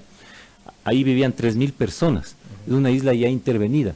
Hay infraestructura que nosotros seguimos usando hasta ahora, como por ejemplo el muelle de abastecimiento de combustible. Todo el turismo marítimo de Galápagos y la actividad marítima de Galápagos abastece combustible directamente en Baltra. Ahí hay una infraestructura desarrollada histórica en la bahía Eolia, adicionalmente tenemos el aeropuerto y se podría utilizar algunas de las vías inclusive para la llegada del canal para el desembarco de la carga y el paso hacia Santa Cruz y también el embarque desde Eolia posiblemente para Isabela y Floriana en el abastecimiento, inclusive para San Cristóbal. Entonces son algunas ideas que están dándose. En el caso de Itavaca estamos en la discusión también de evaluar el hecho cierto, tenemos un barranco de 30 metros donde se estaría pensando que podría ser una de las opciones, pero también las opciones de batimetría, es decir, la altura que podemos tener para la profundidad de llegada de los barcos, es una cosa que también hay que evaluar por el juego de mareas y demás que no permitirían una operatividad durante todo el día. Todo el año, ¿no? Sí, Habrá también ciertas épocas. Hay épocas también en que los temas de aguaje y demás también complican la operatividad en la zona. Así que en ese contexto se está viendo cuál es la mejor opción. Lo que quiero llamar la atención es que hay la decisión de hacerlo, es decir, buscar un mecanismo que permita a interesados en hacer inversiones en este sentido, brindarle a Galápagos un sistema de manejo de carga que considere todas las facetas del tema, es decir, miren cuántos actores tenemos en este momento, comerciantes, tenemos la ciudadanía obviamente, tenemos los armadores, tenemos el operador de carga, tenemos el MTOB a través de la Subsecretaría de Transporte Marítimo, tenemos el propio Consejo de Gobierno, todo eso tiene que irse ajustando y cada una de esas cosas tiene un costo operativo y tenemos que nosotros que velar por un sistema integral que mantenga los costos y no dispare también el costo de la canasta básica de Galápagos, que ya de por sí es muy alta. Ustedes recordarán, hay un índice de precios en Galápagos del consumidor. Es diferente al continente. De hecho, el nivel de ingresos de los ciudadanos en Galápagos es distinto al nivel de ingresos de acá, ¿no? Lo que dicen Galápagos es de que se gana el doble, aunque no es exacto, pero sin embargo también se gasta el doble. El costo de la vida por los costos, elevado. Entonces hay que controlar temas de especulación y hay que establecer un acuerdo con la ciudadanía de Galápagos y también el sector comercial, que lo estamos construyendo y conversando. Quiero reconocer la apertura para ese diálogo que hemos tenido y para ir soportando los inconvenientes. Cuando usted dijo problemas al inicio, es una dinámica constante. Sí, eso le iba a decir, porque en algún momento sobre este mismo tema hablamos aquí en esta mesa de trabajo con su antecesora, con Lorena Tapia, que ya enfrentó este problema. Lorena Tapia hizo muchos esfuerzos, un saludo a Lorena desde acá, por tratar de responder a esa problemática. Ella tuvo a cargo un problema muy grave que fue la declaratoria de emergencia del sistema, porque se produjeron problemas inclusive de uso de embarcaciones, o sea, hubieron barcos que se dañaron, barcos que se hundieron, y fue un acumulado de problemas que fueron generando inconvenientes, y entonces a Lorena Tapia le tocó afrontar esto, y lo hizo en la mejor manera para poder responder a la problemática de aquel momento. Nosotros estamos afrontando ahora ya la respuesta de ir cerrando ya el camino hacia el desarrollo de una infraestructura que permite un buen funcionamiento del tema. Precautelando que el sistema de bioseguridad, el tema de precios para la ciudadanía, pero también un sistema que sea eficiente en manejo de energía, por ejemplo. Yo creo que Galápagos necesita dar un salto también de innovación en el sistema de manejo de carga, que le dé las posibilidades ciertas de desarrollar con una perspectiva de futuro, algo que va a seguir funcionando y va a abastecer una de las actividades más importantes, como es el turismo navegable, pero también otra que es clave, que es la seguridad alimentaria de la gente. Dos temas adicionales, Norman, se nos va terminando el tiempo, pero que sí quisiera que los aborde, tomando en cuenta la importancia de los mismos. El uno es la presencia de los buques de bandera china, que tengo entendido ya han continuado su recorrido hasta cerca del mar territorial del Perú, pero ¿qué fue lo que ocurrió? Hubo una orden del presidente de la República de que Fuerzas Armadas intervenga también en este tema para, repeler la llegada de estos barcos. Y lo otro es el manejo de los plásticos. Veía con preocupación la intervención de ustedes y de otras instituciones dedicadas al manejo del ambiente, de cómo las islas también se están viendo afectadas por la llegada de material plástico hasta Galápagos. Solamente terminar una idea y con eso concluir el asunto. Siempre vamos a seguir teniendo problemas complejos en manejo de la carga, lo estamos administrando y gestionando, no hay desabastecimiento, y hemos señalado y hemos hecho las gestiones necesarias con el operador de carga, con los armadores y con el sector comercial de Galápagos para precautelar la seguridad alimentaria de la población galapagueña. Primer punto. En los otros dos temas, existe un monitoreo constante por parte de las Fuerzas Armadas, a través de la Armada Nacional, a través de sus sistemas de control, también del Parque Nacional Galápagos, sistemas satelitales de control y también con vuelos aéreos, para precautelar el respeto a la zona económica exclusiva de cualquier flota extranjera. En este caso se ha señalado el tema de la China, pero está monitoreando todas, inclusive la flota nacional, para que no se transgreda los límites de la reserva marina, pero adicionalmente en el caso de las flotas internacionales, el límite de la zona económica exclusiva. ¿Cuál es el tema que tenemos ahí? Nosotros creemos que se deben fortalecer los sistemas de protección de la reserva marina de Galápagos. Se debe establecer un acuerdo regional, espero yo. Cancillería estaba interesado en hacerlo para poder ir vinculando también el corredor marino de migración, que es muy importante entre Isla de Cocos y Galápagos.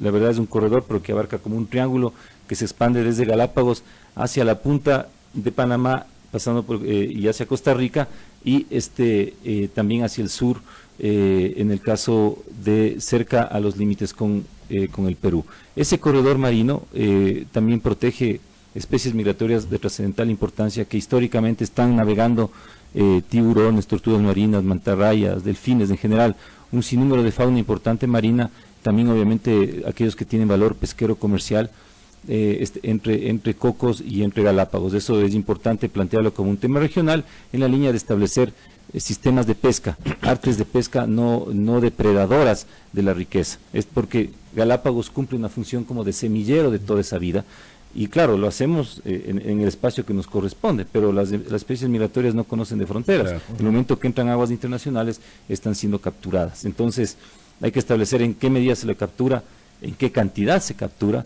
y cómo se precautea la seguridad alimentaria, no solamente del Ecuador, sino del planeta, de la región. Creo que este es un tema importante y en eso estamos trabajando. También estamos valorando la posibilidad de avanzar en estudios técnicos y recopilar ya cosas que se han hecho para analizar la posibilidad quizás de ampliación de los límites de la reserva marina como una medida de protección. Eso en el espacio de toda la normativa internacional, entre eso el tema de la CONVEMAR y otras instancias que necesariamente nosotros estamos obligados a respetar dentro del derecho internacional. Pero en este caso, en estos últimos casos no se ha llegado al extremo de lo que ocurrió con aquel barco, fue en Yulín, me parece. Claro. Que, ¿no?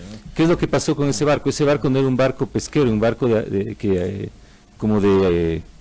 almacenamiento de la pesca. Yeah. Entró en la reserva marina y fue inmediatamente capturado por las autoridades y está esto sometido a juicio aún y el barco se encuentra en este momento incautado. Hubo una intervención muy importante por parte de la Armada Nacional y el Parque Nacional, lo que demuestra el compromiso de estas dos instancias y de todas las instancias del Gobierno Nacional por precautelar la reserva marina. Correcto. Ahora, en el tema plástico, esa es la segunda parte. Sí.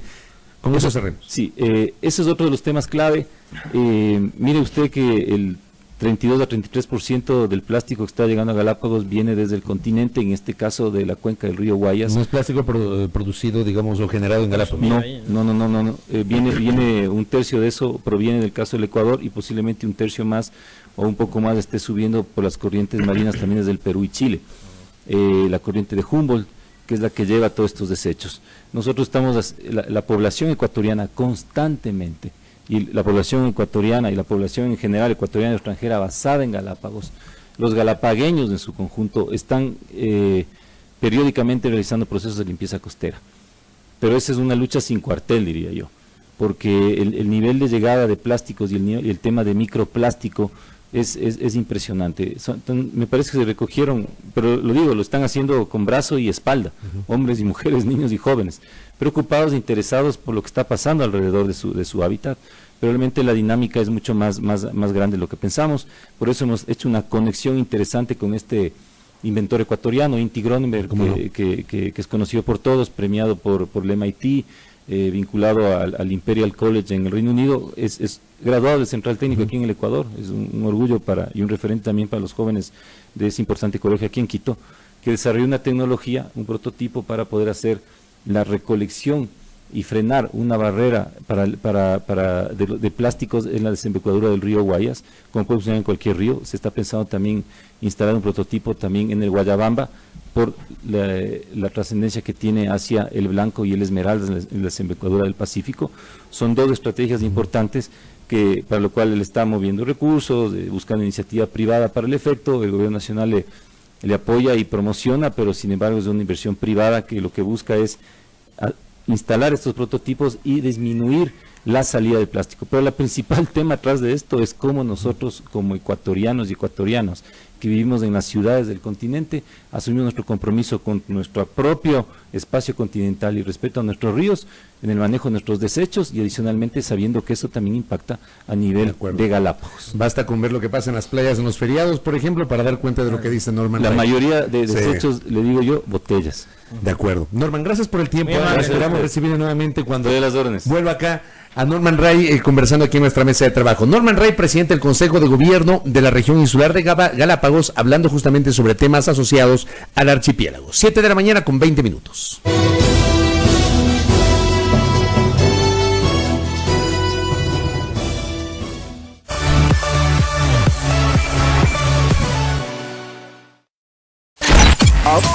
Ahora escucha Majestad FM. Ahora escucha Majestad FM en el canal 3 de TVNet. Majestad FM. Majestad FM. Con todos sus programas, locutores y DJs, están las 24 horas contigo en el canal 3 de TVNet. Majestad FM. La soberana del aire. Ahora en el canal 3 de TVNet.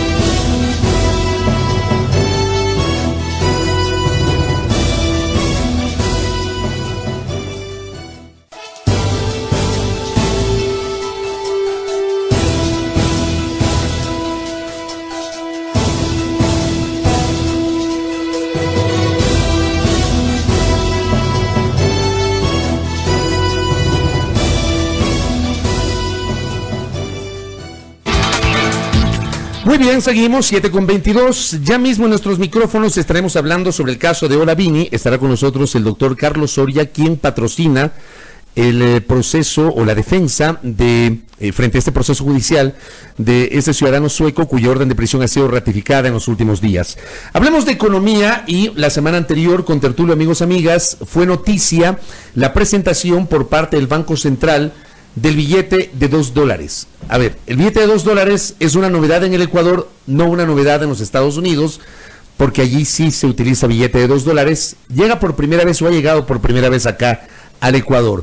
La economista Verónica Artola, gerenta del Banco Central, visita nuestra mesa de trabajo. Economista, bienvenida. Bienvenida, economista. Buenos días, Alexis, Fabricio. Muchísimas gracias, como siempre, estar aquí con ustedes. A ver, cuéntenos detalles del billete de $2. Bueno, nosotros como Banco Central, como ustedes conocen, una de nuestras misiones más importantes es justamente proveer todos los dólares en la economía. Entonces, durante el último año, en el año 2018, vimos que se había incrementado mucho el uso del billete de $5. Entonces, si comparamos el uso entre el 2017 y el 2018, fue casi un 50% más que estábamos utilizando el billete de 5. Entonces, dijimos que necesitábamos obviamente utilizar o traer más billetes de baja denominación y justamente, como usted bien lo mencionaba, Fabricio, existe el billete de $2 en Estados Unidos. De esa manera hicimos los acercamientos con la Reserva Federal para en esta primera ocasión traer una remesa importante de billetes de $2 que estamos en este momento haciendo la entrega a todos los ciudadanos que deseen en la plataforma financiera del Banco Central que queda en la avenida Amazonas para que la gente pueda utilizar. Realmente ha sido una demanda loca, creímos que no iba a ser así, yo creo que también por la novedad de tener el billete de $2, entonces esperamos que eso primero por la novedad sea bueno, pero sobre todo para que la gente empiece a utilizarlo, a familiarizarse y también evitar el redondeo, evitar que la gente diga no tengo sueltos, cuando yo me subo al taxi diga no tengo vuelto con un billete de $5, entonces cosas así que realmente creemos que va a ayudar mucho a la ciudadanía. Hay gente en cambio que dice, a ver, la fundita de mandarinas que me venden o los 3 aguacates por $1 que me venden en el semáforo y ahora me van a pedir $2, dice alguna gente. Qué pena, sí, yo he escuchado también esos comentarios y en algunos programas incluso ahí de tertulias también, que me parece realmente no tiene sentido, ¿no? Es unos 50 o 99 centavos, no tiene por qué incrementarse a $2. Nosotros hicimos unos estudios también que, por el contrario, cuando no tienes tú billetes de baja denominación o no hay moneda suficiente, se empieza a incrementar los precios. Por el contrario, como digo, al tener un billete de baja denominación, la idea sería que esto no suceda, sino que por el contrario pueda facilitar también el comercio. ¿La remesa de billetes de $2 de cuántos fue? O sea, ¿cuánto en cantidad de millones de dólares y en cuánto en papel billete? Trajimos $320,000 en billetes de $2. La verdad, el costo para el Banco Central no ha sido muy alto, fue alrededor de $5,000 que invertimos para traer esos billetes de $2. Como digo, si es que vemos que hay demanda de la ciudadanía, también pensaríamos traer una nueva remesa. ¿Para qué, digamos, cuál es el beneficio directo del uso del billete de $2? El beneficio directo. Como decía, el objetivo es que se evite el redondeo, que la gente pueda tener más sueltos, que se dinamice también la economía, pero en el sentido de las bajas denominaciones. Yo me refiero al hecho de que, por ejemplo, la gente con eso dejaría de utilizar o utilizaría menos el billete de $5 y el billete de $1. Vamos a ver cómo se va dando la demanda, como digo. Pero digamos, ¿hay alguna proyección de eso? Todavía no tenemos proyección específicamente si se va a utilizar menos del de 5 o menos del de 1. Todavía el billete de $5 y el de 20 son el que más se utilizan. Son los que más se utilizan. El billete de 1 nosotros como Banco Central dejamos de importar porque justamente era un billete que también se utilizaba de manera considerable, pero lamentablemente la gente no utilizaba bien, entonces se deterioraban muchísimo. Y eso le implica un costo al Estado, ¿no? Exactamente. Es más fácil manejar monedas. Exactamente, entonces empezamos por eso a traer más monedas de $1. El año pasado, solamente para que tengan una idea, en billetes deteriorados mandamos a los Estados Unidos alrededor de $1,400 millones. Wow. Entonces, claro, eso es un costo porque es el reconteo, son billetes que realmente ya no sirven, ¿Y que no se pueden ¿cuánto le cuesta al Estado? En general, lo que nosotros invertimos como Banco Central son entre 12 y 15 millones de dólares al año para poner toda la economía a los dólares y monedas que se necesitan. Tomando en cuenta el detalle que señalaba el contratulo hace un momento, economista, y algo que nos escriben también, dice una residente en Estados Unidos, el billete de $2 acá nos dice es novedoso, así que también es considerado de buena suerte, es raro encontrarlo y la gente se lo guarda. Digo, con los noveleros que somos los ecuatorianos, ¿cómo hacemos entonces para incentivar el uso del billete y no hacer que se lo guarden? Claro, justamente por eso decía que sí nos da resultado novedoso, porque mucha gente que fue a retirar el primer día que hicimos de lanzamiento, justamente decía, yo lo voy a coger pero para no gastarme, sino para guardarlo. Entonces yo creo que va a ser como dos booms. Primero la gente que va a querer tener como billete novedad, guardarle en la billetera y no utilizarle, pero después también la idea sería que sea un poco más familiar en la economía y se empiece a utilizar. Ahora, usted mismo nos recordaba, y fue materia de alguna entrevista anterior que tuvo la gentileza usted de concedernos aquí en esta mesa de trabajo, el deterioro del billete de $1. Y que por eso se decidió fortalecer la emisión, o mejor dicho, la distribución de monedas de $1. ¿No estamos yendo en un contrasentido ahora? ¿Vamos al billete de $2 en lugar de seguir fortaleciendo el uso de la moneda? No, Fabricio, nosotros como Banco Central, y a propósito de lo que usted dice, también es importante decir que, como digo, tenemos un objetivo claro también, que es el proveer los dólares en la economía, y también un objetivo como Banco Central es poder utilizar otros medios de pago, no solamente los billetes, pero dado la demanda que vemos en la economía, también tenemos que ser responsables como institución en poder proveer a la gente lo que necesita, y en este momento el billete de $2.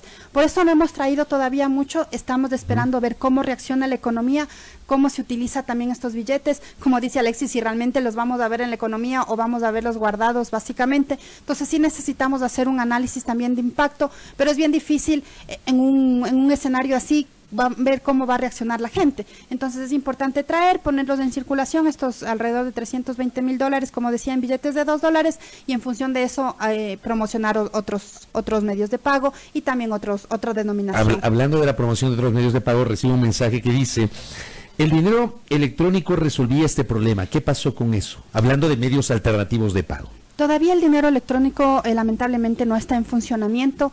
Como yo le dije hace poco que estuvimos aquí conversando, como Banco Central nosotros ya cumplimos con todo lo que habíamos hecho. Esperamos realmente que ya con la nueva superintendenta de bancos recién nombrada, ojalá ya puedan definir finalmente los costos a los que tiene que salir el dinero electrónico, la tarifa, que es lo que resta. Yo conversaba con algunos bancos y ellos dicen que al menos hasta que se pueda resolver esto están pensando tal vez salir con una aplicación para que sea también más dinámico este tema. Entonces que sería al menos un paso adicional a lo que tenemos actualmente. Nos dijo 320,000, ¿verdad? 320,000 dólares en billetes de 2, exacto. Ok, ya, porque una oyente nos está preguntando acá que no oyó bien. Sí, 320,000 dólares en este momento, en esta remesa. Veamos cómo va para ver si traemos más. Ahora, en este tema del dinero electrónico, los bancos están quedando mal, economista. En el dinero electrónico. Más que los bancos, realmente es todo el aparataje que se necesita para poner en funcionamiento esto. ¿Qué me Pero era refiero? hora de que los bancos apliquen el sistema, ¿no? Les quitaron a ustedes, o sea, el acuerdo era que el Banco Central no maneje dinero electrónico, ustedes tenían muy avanzado el tema del dinero electrónico, dejaron de lado el tema, iba a ser materia pues de un compromiso de los bancos y no pasa nada. Claro, y nosotros teníamos avanzado, la gente ya se estaba familiarizando con ese medio de pago. Recordemos que teníamos más de 3 millones de usuarios también en dinero electrónico. Ahorita, como digo, es la Superintendencia de Bancos, la de Economía Popular y Solidaria, definitivamente los bancos, las cooperativas, las telefónicas también, que son un actor súper importante también, que muchas veces no lo hemos nombrado, pero que depende de ellos también, que se puedan poner de acuerdo con los bancos y las instituciones financieras para poner el dinero electrónico. Pero como Banco Central siempre ha sido una demanda que necesitamos ya urgente que estos nuevos medios de pago se puedan poner en funcionamiento. Porque si yo voy nuevamente a pagar el pan y la leche con una tarjeta de crédito, no puedo.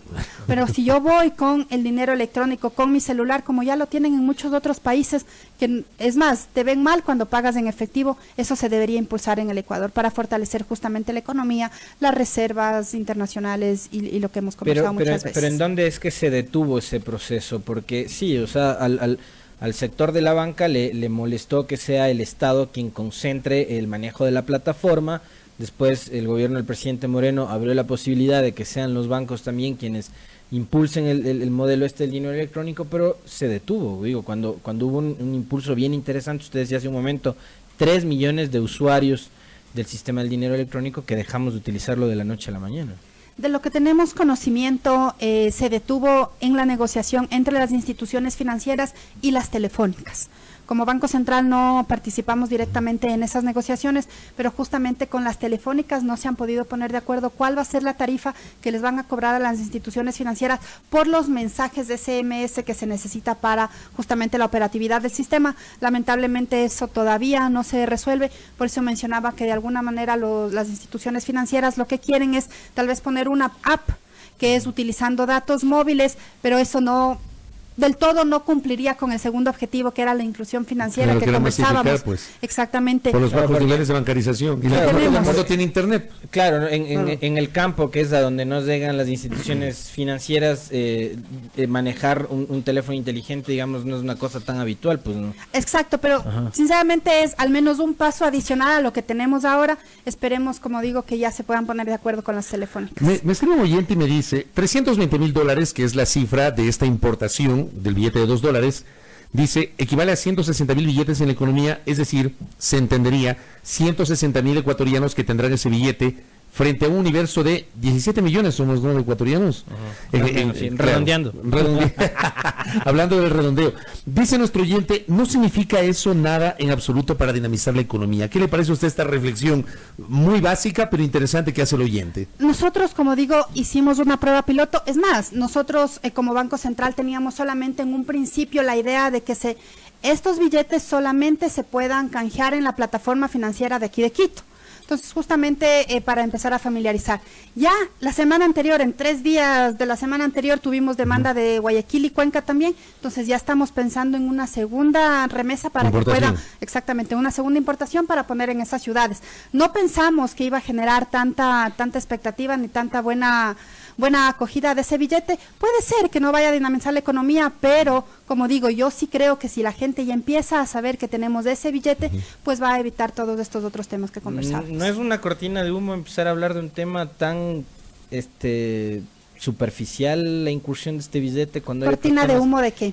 ¿Por qué? De tanta cosa que hay en la coyuntura política, economista. O sea, hay tantas cosas, denuncias de corrupción, en el ambiente, digo, y en ponernos a hablar de la inclusión del billete de $2 en este momento.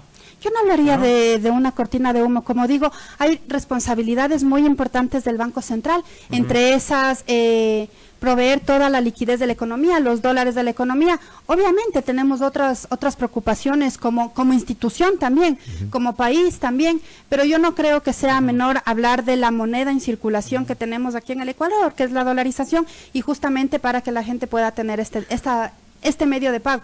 Hemos hablado en otras circunstancias de otros temas mucho más complicados.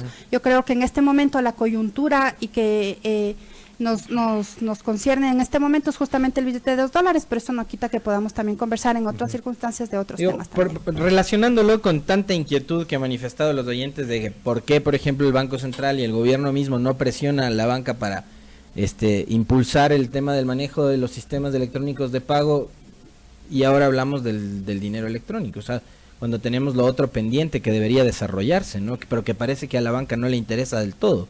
Ustedes saben que al menos desde mi gestión, desde que yo soy gerente del Banco Central, ha sido una de mis prioridades justamente impulsar nuevos medios de pago. He sido las que más he presionado también a la banca, a las cooperativas, para que esto se pueda realizar. Lamentablemente hay otras barreras en las que ya no hemos podido superar, como digo, las negociaciones justamente con las telefónicas para que puedan acordar unos precios más asequibles. Pero solamente como unos datos, Alexis, el año pasado, por ejemplo, a ver, si vamos comparando 2016, 17, 18, en la demanda de efectivo son aproximadamente 800 millones menos que se han demandado de efectivo desde el año 2016 hasta el 2018. Y eso también hay que reconocer que ha sido algunos factores. Primero, cultural, la gente ya se está familiarizando con algunos medios de pago. Tanto los bancos como las cooperativas y la banca pública está poniendo a disposición de sus usuarios la banca electrónica, que la banca móvil. Entonces, eso también está ayudando a que se demande menos efectivo. Eso no quiere decir que en un mes de diciembre, como el año pasado, me sigan demandando casi 700 millones de dólares, pero como digo, sí está bajando de manera importante. Pero eso no implica que no hay mucho circulante en el mercado. No, para nada. Nosotros ¿no tiene que ver con el desempleo? Exacto, con el desempleo, la recesión que tenemos en este momento. Bueno, el lado de consumo, tendríamos que ver por el lado de consumo, ¿no es cierto? Pero el año 2017 tampoco es que fue un año de menor consumo. Tuvimos realmente datos interesantes. Del año 2018 también cerramos el crecimiento, recuerden, con 1,4%, que incluso fue 3% adicional de lo que habíamos nosotros estimado como Banco Central. Nunca hemos negado, y hay que ser súper enfáticos en eso, y quiero ser enfática, con todos estos ajustes, definitivamente la economía se está desacelerando. Este año también esperamos que la economía se desacelere. Como Banco Central tenemos una estimación de aproximadamente 0,5, 0,6 de crecimiento de este año, pero no estamos entrando en terreno negativo, como muchos de analistas dicen, el mismo Fondo Monetario. Nosotros no compartimos ese análisis, pero como digo, todas estas medidas como Banco Central, ratifico, no es una cortina de humo el billete de $2, estamos en este momento, pero también estamos analizando el crecimiento económico, estamos analizando el efecto también en las reservas, cómo podemos introducir nuevos medios de pago, que son los temas que también conciernen al Banco Central. ¿Usted está de acuerdo en la reforma de la que viene hablando el ministro de Finanzas, se enviaría en los próximos meses a la Asamblea para devolverle autonomía al Banco Central? Yo estoy de acuerdo en esa reforma. Yo desde que soy gerente del Banco Central, ustedes saben, yo digamos, una de mis ideas o de mis objetivos como gerente del Banco Central fue justamente fortalecer al Banco Central, y desde junio del 2017 una de las medidas que opté fue ya evitar todas las inversiones que hacíamos en el Ministerio de Economía y Finanzas, un poco para ir fortaleciendo justamente el balance del Banco Central. Eso ya ha sido los temas que hemos ido tratando ya con la Ley de Fomento Productivo 1 y 2, por así decirlo, la de diciembre del 2017 y la de agosto del 2018 se fueron dando más fortalezas al Banco Central, pero hay que entender autonomía en qué sentido. Eso sí, ser autónomos para no depender del gobierno y depender de la banca, por ejemplo, eso no es, y lo que estamos construyendo, por ejemplo, el Banco Central, un nuevo Código Orgánico Monetario Financiero, es justamente una independencia del Banco Central, pero que sea ese tercero confiable, ese asesor del gobierno también. Tuvimos hace poco la presencia de uno de los asesores del presidente del Banco de España, y decía una frase bien interesante: ser autónomo para no ponerle el pie al gobierno, pero tampoco para darle pleitesía a los intereses Pero la idea privados. sería, Entonces, ese es el objetivo del Banco Central. La idea sería retomar la autonomía que estuvo vigente tras la constitución de Sangolquí del 10 de agosto del 98 o una autonomía distinta. Yo diría, es una autonomía distinta, no podríamos decir que va a ser exactamente a la del pasado, porque también la coyuntura es distinta. Esa autonomía se eliminó con la constituyente de Montecristi. Se eliminó más que con la constituyente, bueno, con la constituyente sí, pero después en el Código Orgánico Monetario se lo ratificó. Entonces, eso es importante, Fabricio. La Constitución no se está cambiando, sigue teniendo también el Banco Central que articular las políticas con el Ejecutivo. Entonces, por eso digo, tampoco vamos a hacer una isla en donde vamos a hacer las cosas sin ninguna orientación política y económica, sino que vamos también a depender de las políticas macros del gobierno. Economista, finalmente, hay un amigo que me escribe, un oyente, que creo que no se enteró que el Banco Central ya no maneja el tema del dinero electrónico, y me dice, ¿qué pasó con mi saldo de dinero electrónico que se quedó en el Banco Central? Todavía puede, buena pregunta, todavía puede ir a cualquiera de las... caballero. A las agencias del Banco Central, tanto en Quito, Guayaquil y Cuenca, para que pueda retirar el saldo que tiene en sus cuentas. ¿Hasta cuándo puede retirar? ¿O todavía hay tiempo? Todavía hay tiempo. Cuando los saldos están inmovilizados durante 10 años, ya pasan a la cuenta única, pero todavía tiene tiempo para ir a retirar. Una última cosa relacionada al mismo tema. Viendo que los bancos, digamos, no llegan a un acuerdo con las telefónicas, para ellos finalmente todo es un negocio, ¿por qué el Estado no vuelve a asumir el manejo de la plataforma? Y le vuelve a dar a la ciudadanía esa opción. Veamos, Alexis, eso sinceramente no está en el tapete todavía para discutir, más bien esperaríamos que sean las cooperativas, la banca pública y la banca privada la que se pueda hacer cargo, pero podríamos analizar y revisar qué pasa con eso, pero no está en el tapete eso. Y ahora sí lo ultimísimo, porque nos escribe otro oyente, Fernando López, dice que le preguntemos cómo y quién regula los costos de los medios de pago electrónicos. ¿Eso lo hacen ustedes o la superintendencia o la Junta de Regulación? ¿Quién lo hace?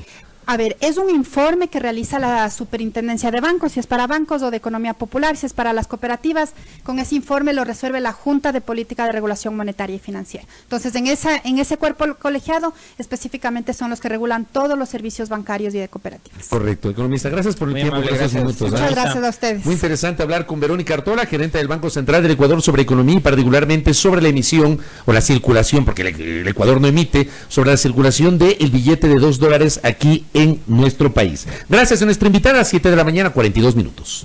Fabricio Vela está en A Primera Hora. ¿Sabías que ahora festejo más los goles porque con la nueva APP Mi Ahorro Cuenta del Banco del Pacífico, hablando de aplicaciones, la nueva APP Mi Ahorro Cuenta del Banco del Pacífico, ahorro con cada gol de mi equipo, es increíble porque ahorras haciendo lo que más te gusta. Descarga ya la nueva APP Mi Ahorro Cuenta del Banco del Pacífico, ahorra siendo tú.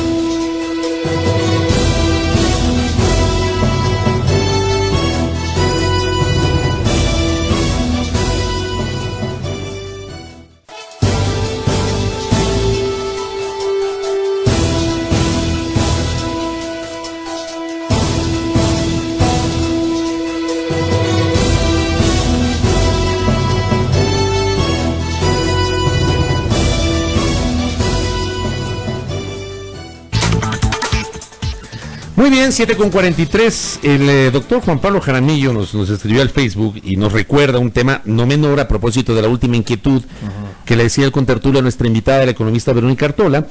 En la ley ya se prohibió que el Banco Central maneje el dinero electrónico, por eso el Central no podría volver a retomar esa competencia. Si eso ocurre, tendría que hacerlo a través de una reforma legal.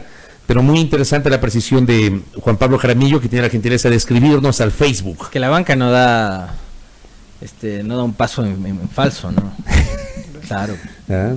Ellos no te van a devolver ¿cómo es la frase? No le van a devolver al Estado el manejo del dinero electrónico. ¿Cómo es la frase? No da puntada sin hilo. Es pensé que decía la paso otra. Falso. Lagarto que come. No, claro, dice. es otro también. Recibimos a Carlos Soria, abogado quien patrocina la defensa del sueco Olavini.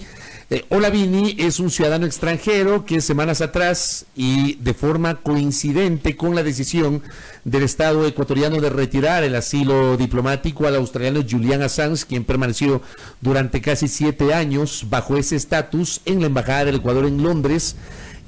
A Olavini se lo ha relacionado con Julian Assange. Olavini no ha desconocido que es amigo de Assange, pero Olavini, un día después de que se le quitó el asilo diplomático a Assange, fue detenido y sobre él hay una investigación respecto de supuestos delitos informáticos. El pasado viernes la Administración de Justicia ratificó la prisión preventiva contra Olavini. Carlos Soria, abogado que patrocina al Sueco, bienvenido, buenos días. Muchísimas gracias, buenos días Fabricio, buenos días Alexis, un saludo a sus oyentes. Usted en las redes sociales y en sus declaraciones posteriores a la decisión de la Administración de Justicia manifestó su indignación, su decepción y su extrañeza por esta ratificación de la prisión. ¿Por qué? Creo que la palabra exacta y sin miedo a decirlo sería asco del sistema judicial, cómo se lo está llevando. Una audiencia de apelación en la que nos dejaron hablar por 15 minutos a la defensa, quienes propusimos la apelación, y 1 hora y media al fiscal, que leyó absolutamente todo de nuevo de la formulación de cargos, descontextualizando absolutamente precisamente lo que fue la audiencia de apelación, que es precisamente para revisar la medida de prisión preventiva. Luego de 3 horas, entiendo, de deliberación de los jueces, una de las juezas, la que votó digamos, a favor de conceder el recurso de apelación, salió indignada de la sala en donde estaban deliberando y se fue a sentar solita esperando que los otros 2 jueces vuelvan a la sala. La jueza Maritza Romero. Maritza Romero, así es, a la cual felicitamos, ni siquiera la hemos conocido, nunca he tenido el placer de haberla conocido, pero su decisión, la motivación de su decisión para sacarnos del sombrero. ¿Cuál es el argumento que esgrimió el fiscal a cargo para que se ratifique la orden de prisión preventiva en contra de Olavini? Como le digo, volvió a repetir absolutamente todo lo que dijo en la audiencia de formulación. No se presentó nada nuevo. No, absolutamente. Empezó con la declaración del señor presidente, empezó con la declaración de una rueda de prensa de la ministra del Interior con el ministro de Relaciones Exteriores. Hizo hincapié que a Julian Assange le ha sacado de la embajada porque no ha sabido vivir en convivencia o alguna cosa de esas, incluso por el tema de unos excrementos en la pared. O y sea, eso demoró media hora. Nada tenía que ver con Olavini, pues porque el caso de la embajada es de Assange. Y nunca tuvo nada que ver con Olavini. Lo último que dijo, porque tú tienes que justificar unos presupuestos determinados en un artículo del Código Integral Penal, del Código Orgánico Integral Penal, y como 4 veces la misma presidenta del tribunal tuvo que interrumpirle al fiscal y decirle, bueno, díganos a qué se está refiriendo. Y simplemente él dijo que necesita establecer cuáles son los elementos de convicción.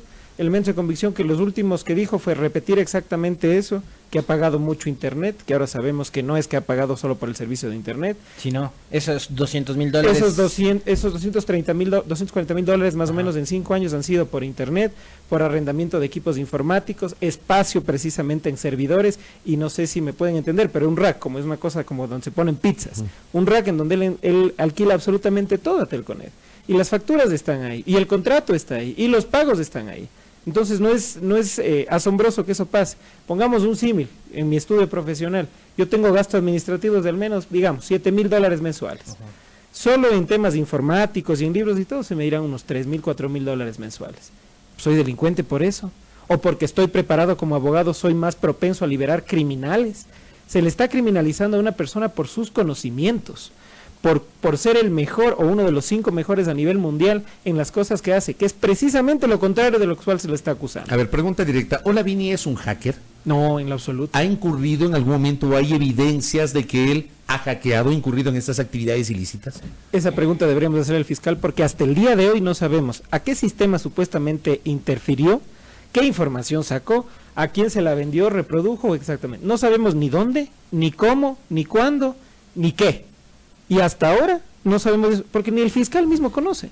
Todo esto se da a nivel de una declaración política, de declaraciones políticas. Aquí es culpable por asociación. Eres amigo de Julian Assange, entonces al bote. A ver si te suavizamos y nos das alguna cosa para justificar la torpeza que cometimos a nivel internacional. Hay un hecho que a mí me llamó mucho la atención, del cual digo, yo no tenía conocimiento, que es que alguien llamó al 1-800 delito a denunciar a Olavini. O sea, cuando hablaron de la presencia de ciudadanos de nacionalidad rusa que se dedicarían supuestamente al tema de hackeo de sistemas digitales, informáticos y demás. Alguien llama y dice, hay un ciudadano con tales características que está saliendo del país. ¿Eso es real? O sea, ¿por eso se operó así?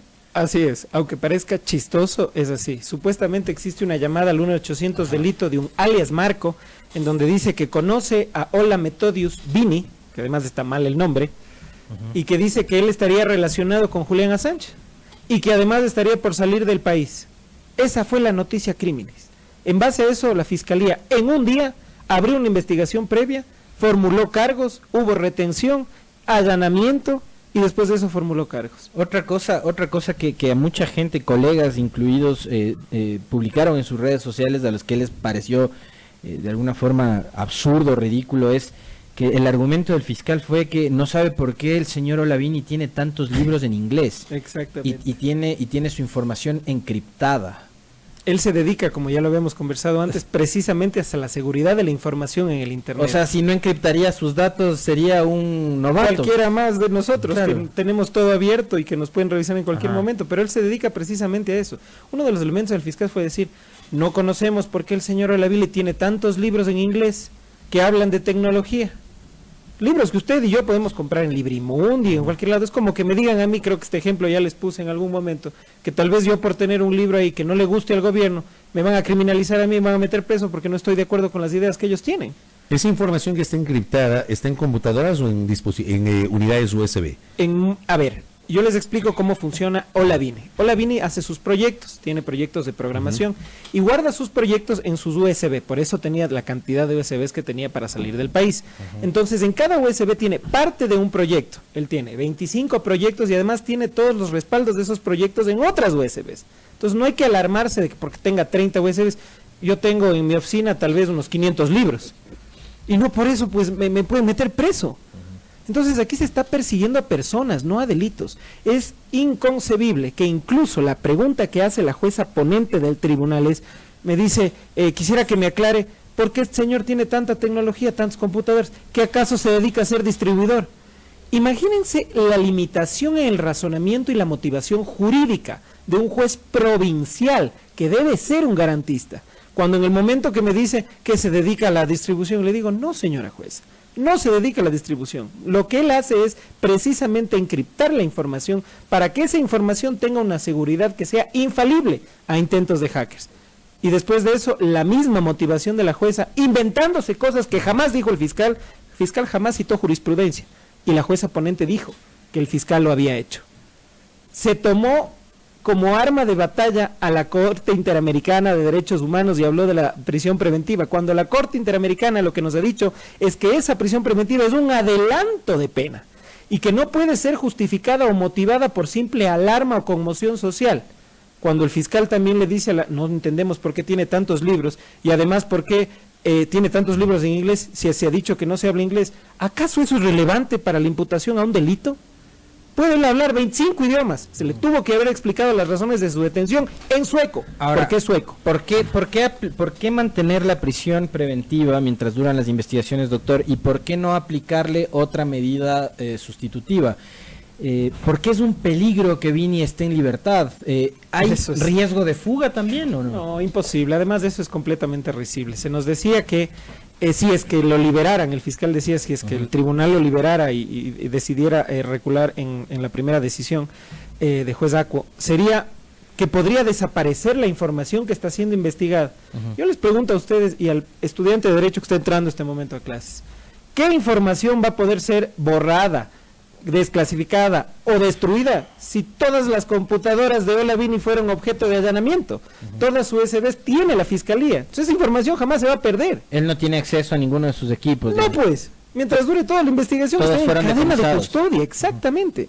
Están ingresados como cadena de custodia y están siendo analizados por la policía judicial. Entonces eso es una...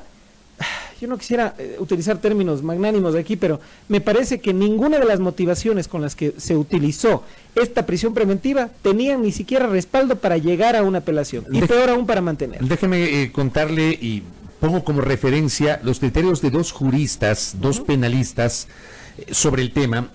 Pablo Encalada, quien es un conocido penalista, Sí, claro, que además fue fiscal del Estado y se dedica al libre ejercicio, había escrito a propósito de este tema: mantener en prisión preventiva a una persona acusada por un delito sancionado con pena de menos de 5 años es un abuso.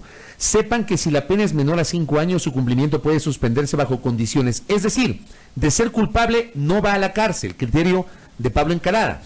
María Paulina Araujo también escribió en Twitter: en adición, es un proceso que hasta que acabe la instrucción fiscal admitiría conciliación, y en el evento de una condena bien puede pedir suspensión condicional de la pena. Triste cómo aplican selectivamente las normas, selección del enemigo de turno.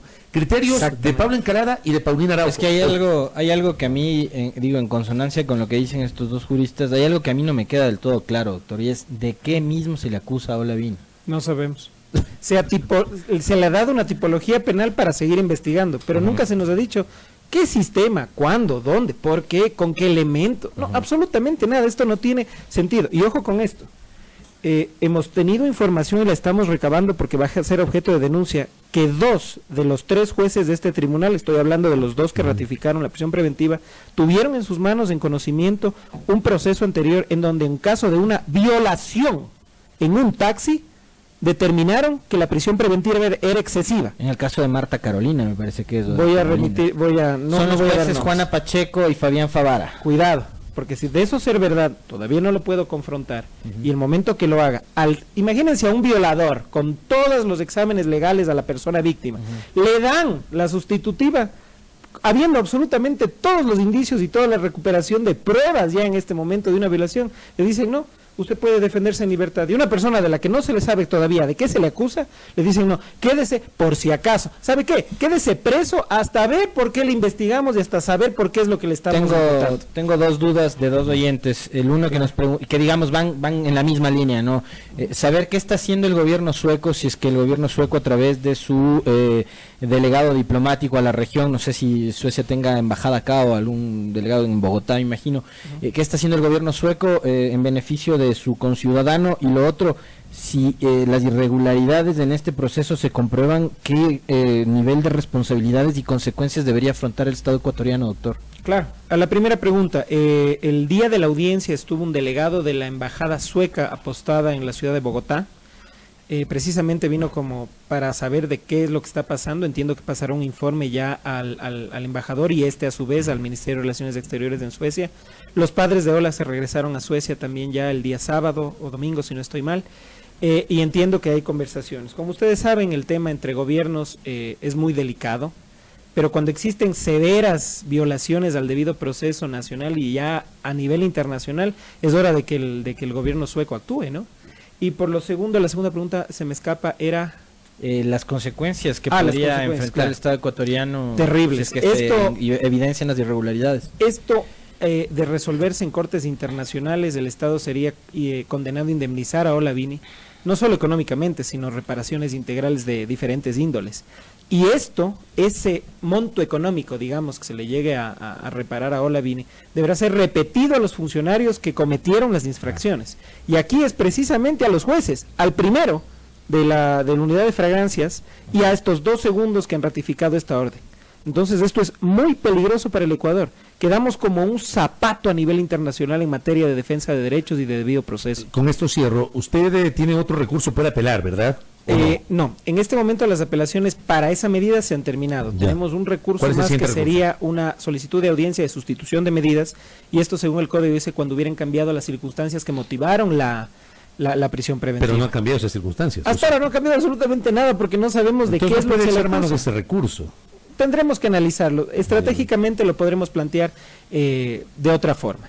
Y, lógicamente, las medidas de carácter internacional que se están preparando paralelamente. Correcto. Doctor, gracias por el tiempo. Doctor, gracias a ustedes. Muchísimas gracias. De este caso, el doctor Carlos Soria, que patrocina la defensa del sueco Olavini. Yo cité, y con esto cierro, los tweets de Pablo Encalada y de Paulina Araujo. Cito el de Lorena Grillo. He estado tratando de entender que hay en... Lorena Grillo, perdón. Italiana. Grillo. He estado tratando de entender qué hay en el caso Olavini y me he dado cuenta que no hay nada. Eso es gravísimo. Muestra que la justicia sigue en el piso. Esta arbitrariedad nos va a costar una millonada y debe ser repetido a los jueces hasta el último dólar. Y en el mismo contexto, Juan Pablo Albán Alencastro, independencia judicial que le llaman. ¿Qué pasó con Consejo de la Judicatura? estamos de regreso en el correísmo. Cito a los 4, ¿por qué? Y con tertulio esto es interesante. Los 4 que son especializados en estas materias penales y de derechos humanos no comulgan o no comulgaron en su momento con el gobierno anterior, con la etapa, la última década, la década anterior, la década de Rafael Correa. Me parece interesante también leer estas posiciones que hablan mucho de la seriedad de los mencionados juristas. Y cómo este caso también termina nuevamente en ese proceso reduccionista de todo, ¿no? Todo se circunscribe al correísmo. Muy bien. En punto de las 8. Tiene que ver un operador informático en este tema. No se trata de eso, se trata del respeto al debido proceso, seas correísta, peronista, chavista, lo que te dé la gana. Eso está claro. Gracias a nuestro invitado. No tenemos tiempo para más. Gracias, amables oyentes. Estamos cerrando a primera hora correspondiente a este lunes, inicio de semana. Esta sí, semana completa de trabajo. Ya están listos los chicos de Locos por la Radio para empezar también la semana aquí en Majestad FM con nosotros. Y a primera hora, Dios mediante, será hasta mañana. Un placer como siempre. Hasta mañana.